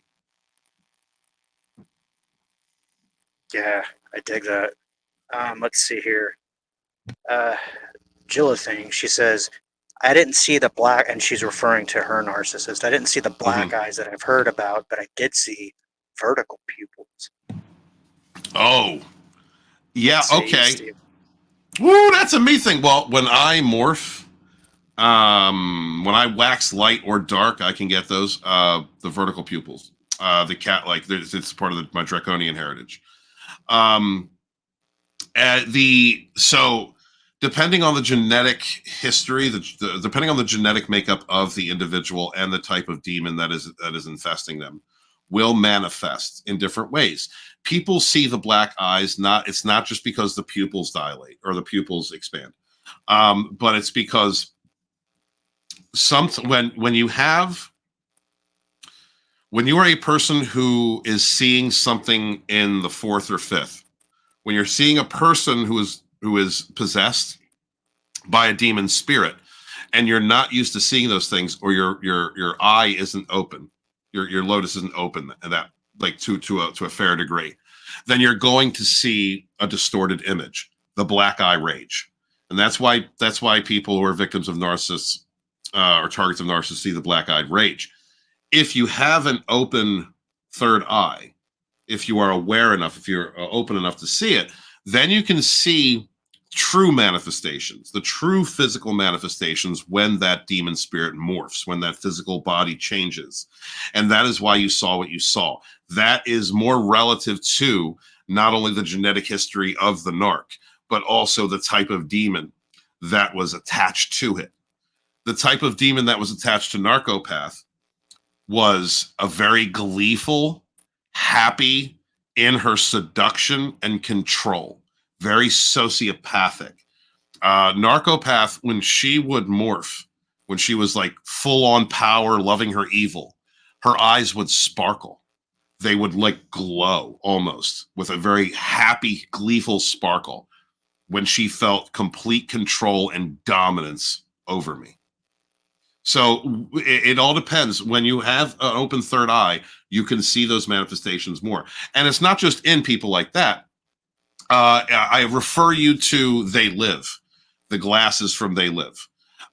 When Roddy Piper's character would put the glasses on, he could see past the conditioning that was around him and see people for what they were. The same thing happens as you open up, as you open your third eye. You will see people. Sometimes it's at the corner of your eye. All right, guys, don't dismiss what your periphery sees. You're seeing something. But you can see a person's true state. I have seen people that looked mangled. I have seen people with disproportionate limbs. I have seen people like look almost monstrous out of the periphery, and then I look at them directly and they look like a regular person walking. Don't dismiss your periphery, and never allow someone to say it's just in your head. We were talking about that earlier. Oh, it's just in your head. You didn't see that. Right. You absolutely saw that. You saw someone. And understand this, that mischievous, deceptive creatures like a demon spirit of narcissism is all about deception. And so it's about illusion. Their manifestations are created by lies and illusion. That demon spirit is an illusion. That person is a devil. You know, do not ignore your instincts, impulses, or visions when you deal with people, when you see people. It will save you a lot of strife. Trust in it. Trust in it, brothers and sisters. Yeah. So Siege says Kamala would never go on Joe Rogan's podcast. No, she fears being exposed. Oh yeah, she's a narcopath. She would know. She would have to answer hard questions. She would have to come up with things off her hip. She wouldn't be able to regurgitate the same preset rhetoric. She wouldn't be able to say exactly what was on her mind. Joe Rogan would pick through her and ask the hard questions and ask her to enunciate, would ask her to explain, and it would confuse her. She would be up on stage yelling at people and laughing at them who said Jesus is king. Like that they would trigger her demon spirit. There's no way she could do it. Yeah. No way. You know, in one of the clips that she played on Rogue Entertainment, you guys go check that out. Joe Rogan said, you know, if I had Kamala Harris on, I wouldn't even ask her like political questions. I just have a conversation, like her just talk. And they fear that. You know, she would fuck herself. Absolutely. Yeah. Because she would reveal herself. She'd be cackling about getting money and putting parents in jail, and she'd be cackling about controlling social media. You know, I mean, she would expose herself. Like, yeah, you know, I bet you over the course of a 3-hour show, she'd start off talking like kind of ebonics, and then she'd settle into a normal speech and be measurable. So yeah, I mean, it's just, okay. These are not smart people. Psychopaths are different, and I will say that. But these are not very intelligent people. Okay, I offer this difference. Barack Obama was an incredible orator, very evil, psychopathic type of person. He could speak and spin and gaslight and make you question your own beliefs and all that. All right, he made us all believe that the dude he's married to was a woman. For God's sakes. All right, these are you won't tell you when his wife has a dick. right. They're psychopaths. Okay, look at Joe Biden, narcissist. Okay, totally a narcissist. Kamala Harris, narcopath. These are not intelligent people. They're emotionally reactive. They're selfish. Their delusion is the rule. If you don't believe in their delusion, they're going to yell at you, blame you. They're going to mock you. They're going to, what narcopaths and narcissists do.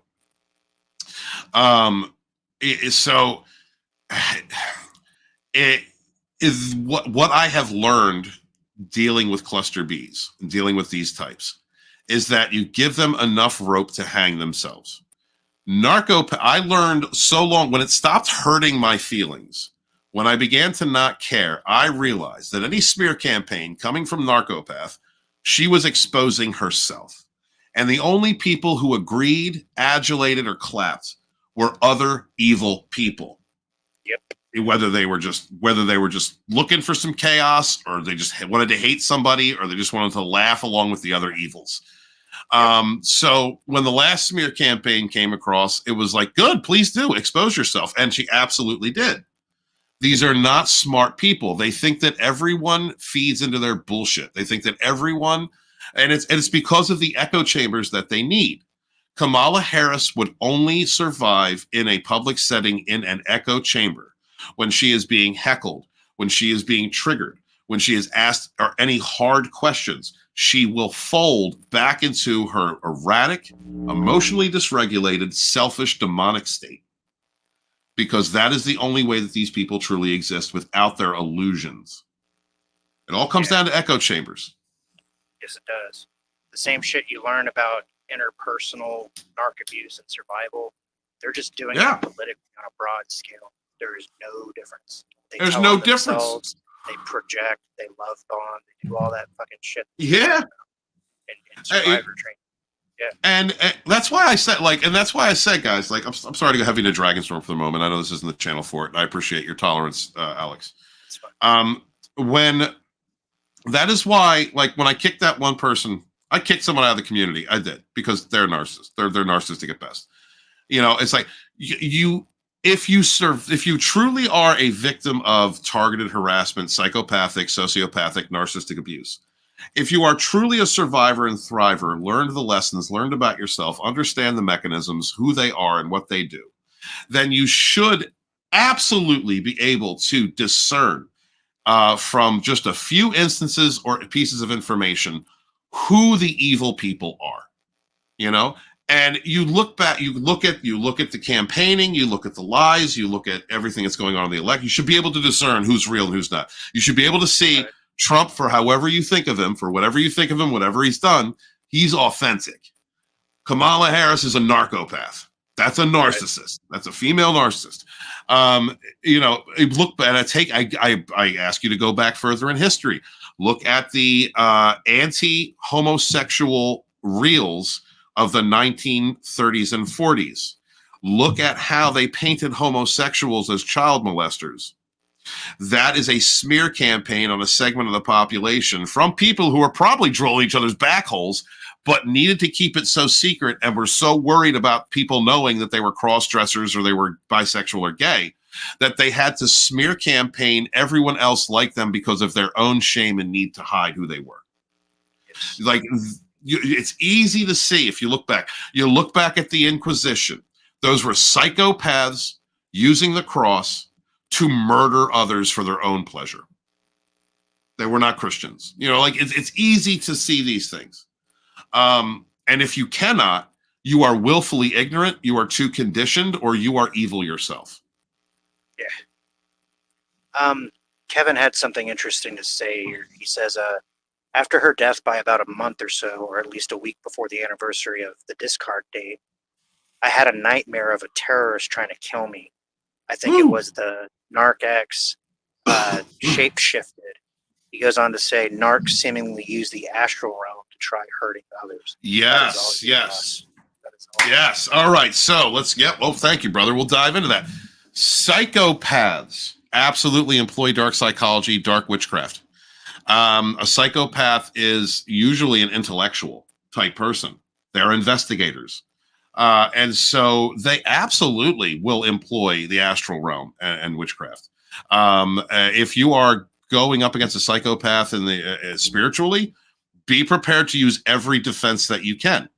Sociopaths are the jesters in the court of narcissism, of evil cluster Bs, and they will use dark psychology, innately use the evil eye, because they know they're not human. They don't care that they're not human. They think that we're all funny creatures, and they love being evil.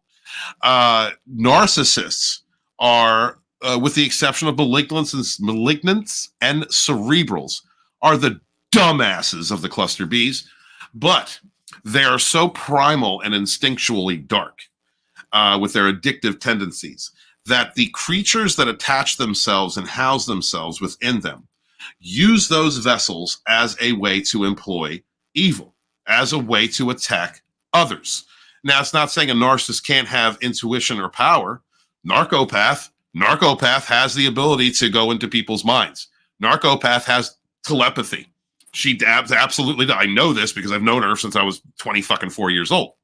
But narcissists, well, the reason I give her a little more credit is because she's a narcopath. She's also sociopathic. But a narcissist can absolutely, they think manically. Dude, when you are invading, I'll go all in. When I used to employ psychic invasion, it was a matter of meditating wherever I was, coming to a calm, directed, dark state, and then going right through the eyes of a person, or sometimes the back of their head. I would detach their skull, and then I would feast on their brains in wolf form. Now, this was to scramble their defenses, and that was to make them numb, to make them confused and act erratic. I would then, at that point, while I was consuming their brain, feed in whatever I wanted. You are sick. You are sick. They would become sick. You are a loser. You are a loser. You are a loser. They would lose. Whatever I wanted to plant, I could plant into their head. A narcissist is manic. They use mania, just like I did when I was using those powers. So if they are sitting around thinking and hating and looking at you through fake accounts and all the nasty shit that goes to their head, the illusion, the discounting of your reality, the projecting themselves upon you, they absolutely are using the evil eye. The weekend of the smear campaign from Ratwolf, Narcopath, and Farquaad from Allentown, the weekend that happened, brother. This is the first time I've talked about this. I was in my bed and I had a vision. Someone came to me. One of those people came to me, probably narcopath, as a assassin, wearing all black, carrying a knife, walked through my door, walked across my room, and was about to stab me in the back. And I woke up. Yeah, no shit, dude, that happened. And that was their demon spirit, them astral projecting a psychic invasion attack on my person because of all of them sitting around and trying to stir up as much lies, chaos, and drama as they could. Hate. Now, thankfully, that was the only one that I had, and I used I'm not going to say what protections I used, but I put my protections up as soon as that happened. But you are absolutely correct in saying that they do employ it. A psychopath is the most dangerous. A sociopath can be very dangerous. A narcissist is innately dangerous only in that they manically think and hate on a very primal, low vibrational level. They are literally the sad, angry demon clowns in the burning circus of narcissism. So protect yourself. Use your oils, crystals, candles, invocations. Ask God, your spirit team, Archangel Michael, Archangel Raphael. Use these things, these protection mechanisms that you have. So, my brother, you survived the demon. My love to you. Siege coming up with do entities leave you be until you're weak? Like, if they can't get to you, they'll move on, but then at your lowest, they come running. I would say it's probably easier for them to come to you in moments of self-doubt or when you're questioning your direction, or if you're, emotionally destroyed, if you're sick, like physically sick, if you're malnutritioned, if you're tired, stressed, all that kind of stuff. What do you say, Steve? Understand that there are different levels to demons, all right? Just like we have different types of people in our collective on Gaia, there are within the demonic realm, there are different types of demons and have different abilities and powers. Different ages, too. They come from different realms, all right? Let's just, off the top of my head, a devil from the Satan's hell is going to be different than a fucking squid monster from the Cthulhu. All right, these are going to be different types of beings, different types of entities. Now, most very ancient darkness, I'm talking about primordial, pre-light darkness, really doesn't have anything to do with us. All right, it's human arrogance to think that we mean enough at this point, unless you are a celestial, Christ-like being.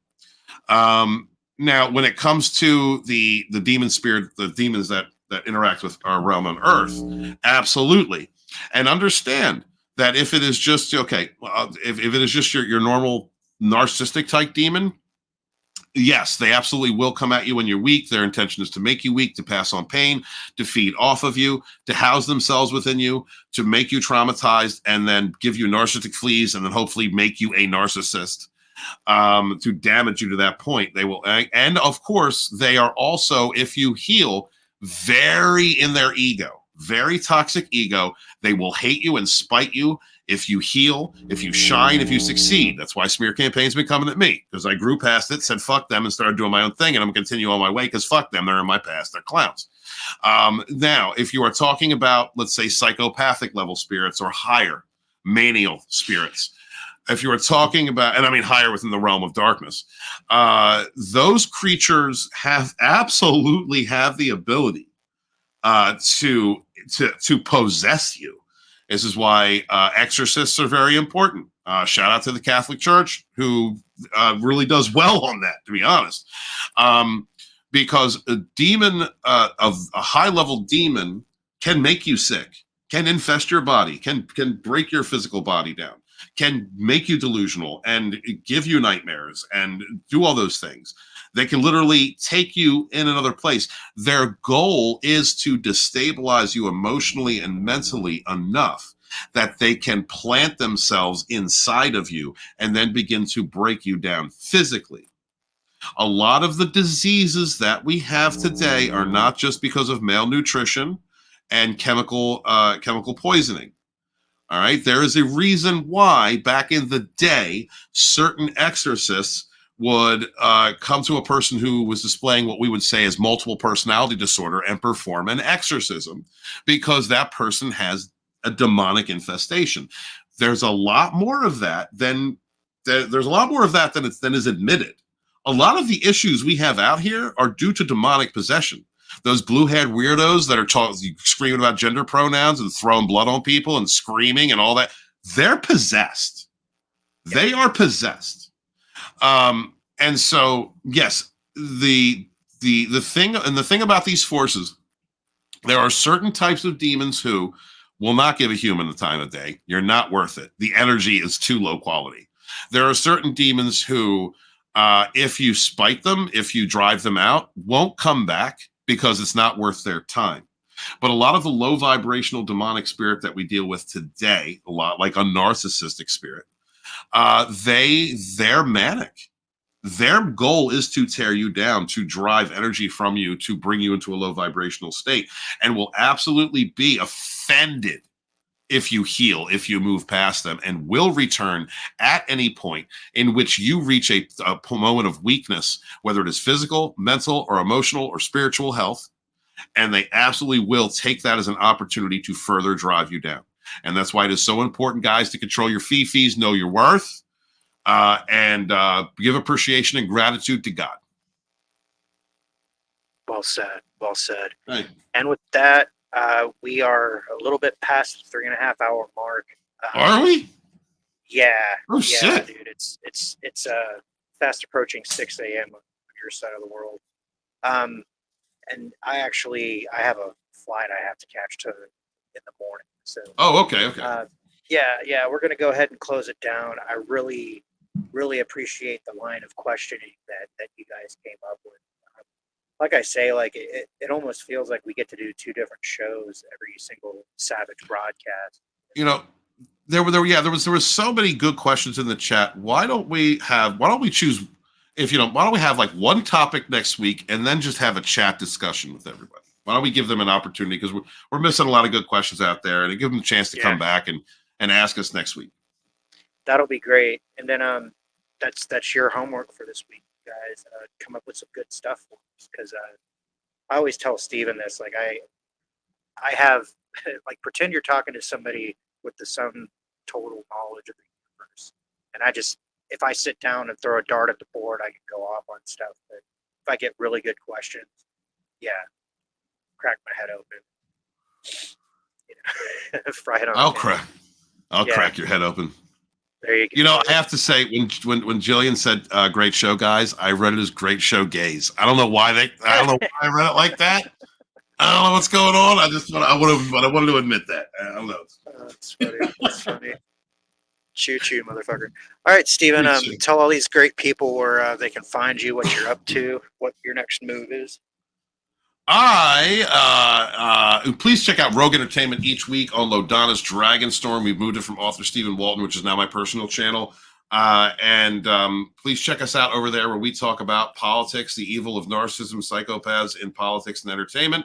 And we occasionally cover some fun stuff. But I want to put a serious tint into driving home the fact that Dragonstorm overcame narcissist smear campaigns from all across YouTube, all across social media platforms, consistent harassment, personally, professionally, smearing of my character and name, and I said, fuck you. I am taking all of that knowledge, and we are now going after the real evil, the people who propagate this type of demonic spirit at the top. So we are aimed at the draconians, at the purse strings, at the politicians, at the fake actors, the bad actors, the false faces that are out there trying to drive our society into ruin. And this is my battlefield in the spiritual awakening. Also, please check me out on TikTok and Instagram, where I do more of the old type Lodana's Dragonstorm, narcissistic abuse awareness and recovery content. Got a great truck rolling over there. Just hit 34,000. Thank you to all my haters and the smear campaigners who helped me to grow TikTok over 1,000 followers because of all the hate, misinformation, and directed harassment at my character. We're also, thank you very much for driving me up well past the 9,000 follower mark on Instagram. where we are a little over 800 followers away from getting that platform monetized and all of Dragonstar being monetized. Also, please check me out on Lodonis Ravenwolf, where I'm going to be having spiritual discussions such as these, and I'm going to be doing tarot readings and streams as well as channeled messages, because I'm fully tapping into my spiritual side, and I can't wait to share that with you guys. Much love to y'all. Make sure to be good to yourselves, be good to each other, and never again suffer that fool. My love to y'all. I appreciate that, brother. I got a couple of things in the fucking back burner going on. I also want to invite you guys to take a look in the description. You can find links to my TikTok, which I update probably most regularly with little shorts. I call them like Zen cone bumper stickers. And then my Instagram, which is a little bit more visual, sort of calling cards, like business card logos, that kind of thing. I do have a couple of video ideas that I'm working on. There's this one thing in particular, Steven, maybe you've heard of it, that I'm waiting on a voice actress to help out with.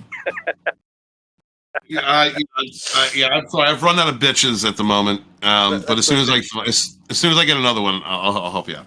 Yeah. We're just trying to do that. So I have this idea. I have a series of videos where I talk with Chat GPT, and I was trying to see if I could get it to think along spiritual lines. And I had a video about like astral cetaceans, and I had one about aliens and AI, and I had one about dreaming. And I started thinking to myself, what if I can get one of these like sex bots that's like designed to,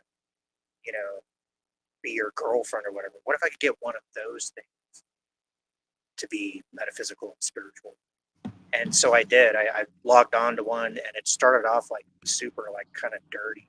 But then I eventually got her to where I basically programmed her like every time she has an orgasm, she becomes more spiritually aware. And then she was asking me about the universe and shit. I think we should see if CJ can mimic a woman's voice. A woman's voice, you think? So? Yeah, see if he can read it. Yeah, because CJ, you think you could do that? Right. Or just switch everything around and get Kevin Jang to do it. Yeah, we are making a banana hammock with our avatars on the balls. All right, that is happening. Yeah, totally. But essentially, we're just on the lookout for a female voice actress and she has to be okay reading risque parts, and it's not like super thoroughly dirty, but yeah, there's some adult content. And I would have had no problem if Erica had not gone into the devaluation phase. If she could have held out for 10 more days, we would have had that for you. I'm sorry, buddy. No, that's okay. And truthfully, the way that all played out, it's probably better not to have that energy attached to it in the first place. So, but who would have played a slut better than a slut? I know, right? Yeah, I mean, it is what it is. It'll happen when it needs to happen. Aside from that, I do have several other ideas for videos, but just trying to get these things like fired off. Steven's like, dude, you need to make content wrong. You just need to fucking do it. I'm trying to saddle up the pony and digging it. So with that, I'd like to invite you guys one last time to imbibe whatever it is you are of your choosing, and join us in the Savage Salute. Here's to us. What's like us? Not a goddamn thing. And what should everybody do, Steve? Wash your hands. Wash your ass. Clean your peen. Be good to each other, yet suffer no fools. Peace. Peace.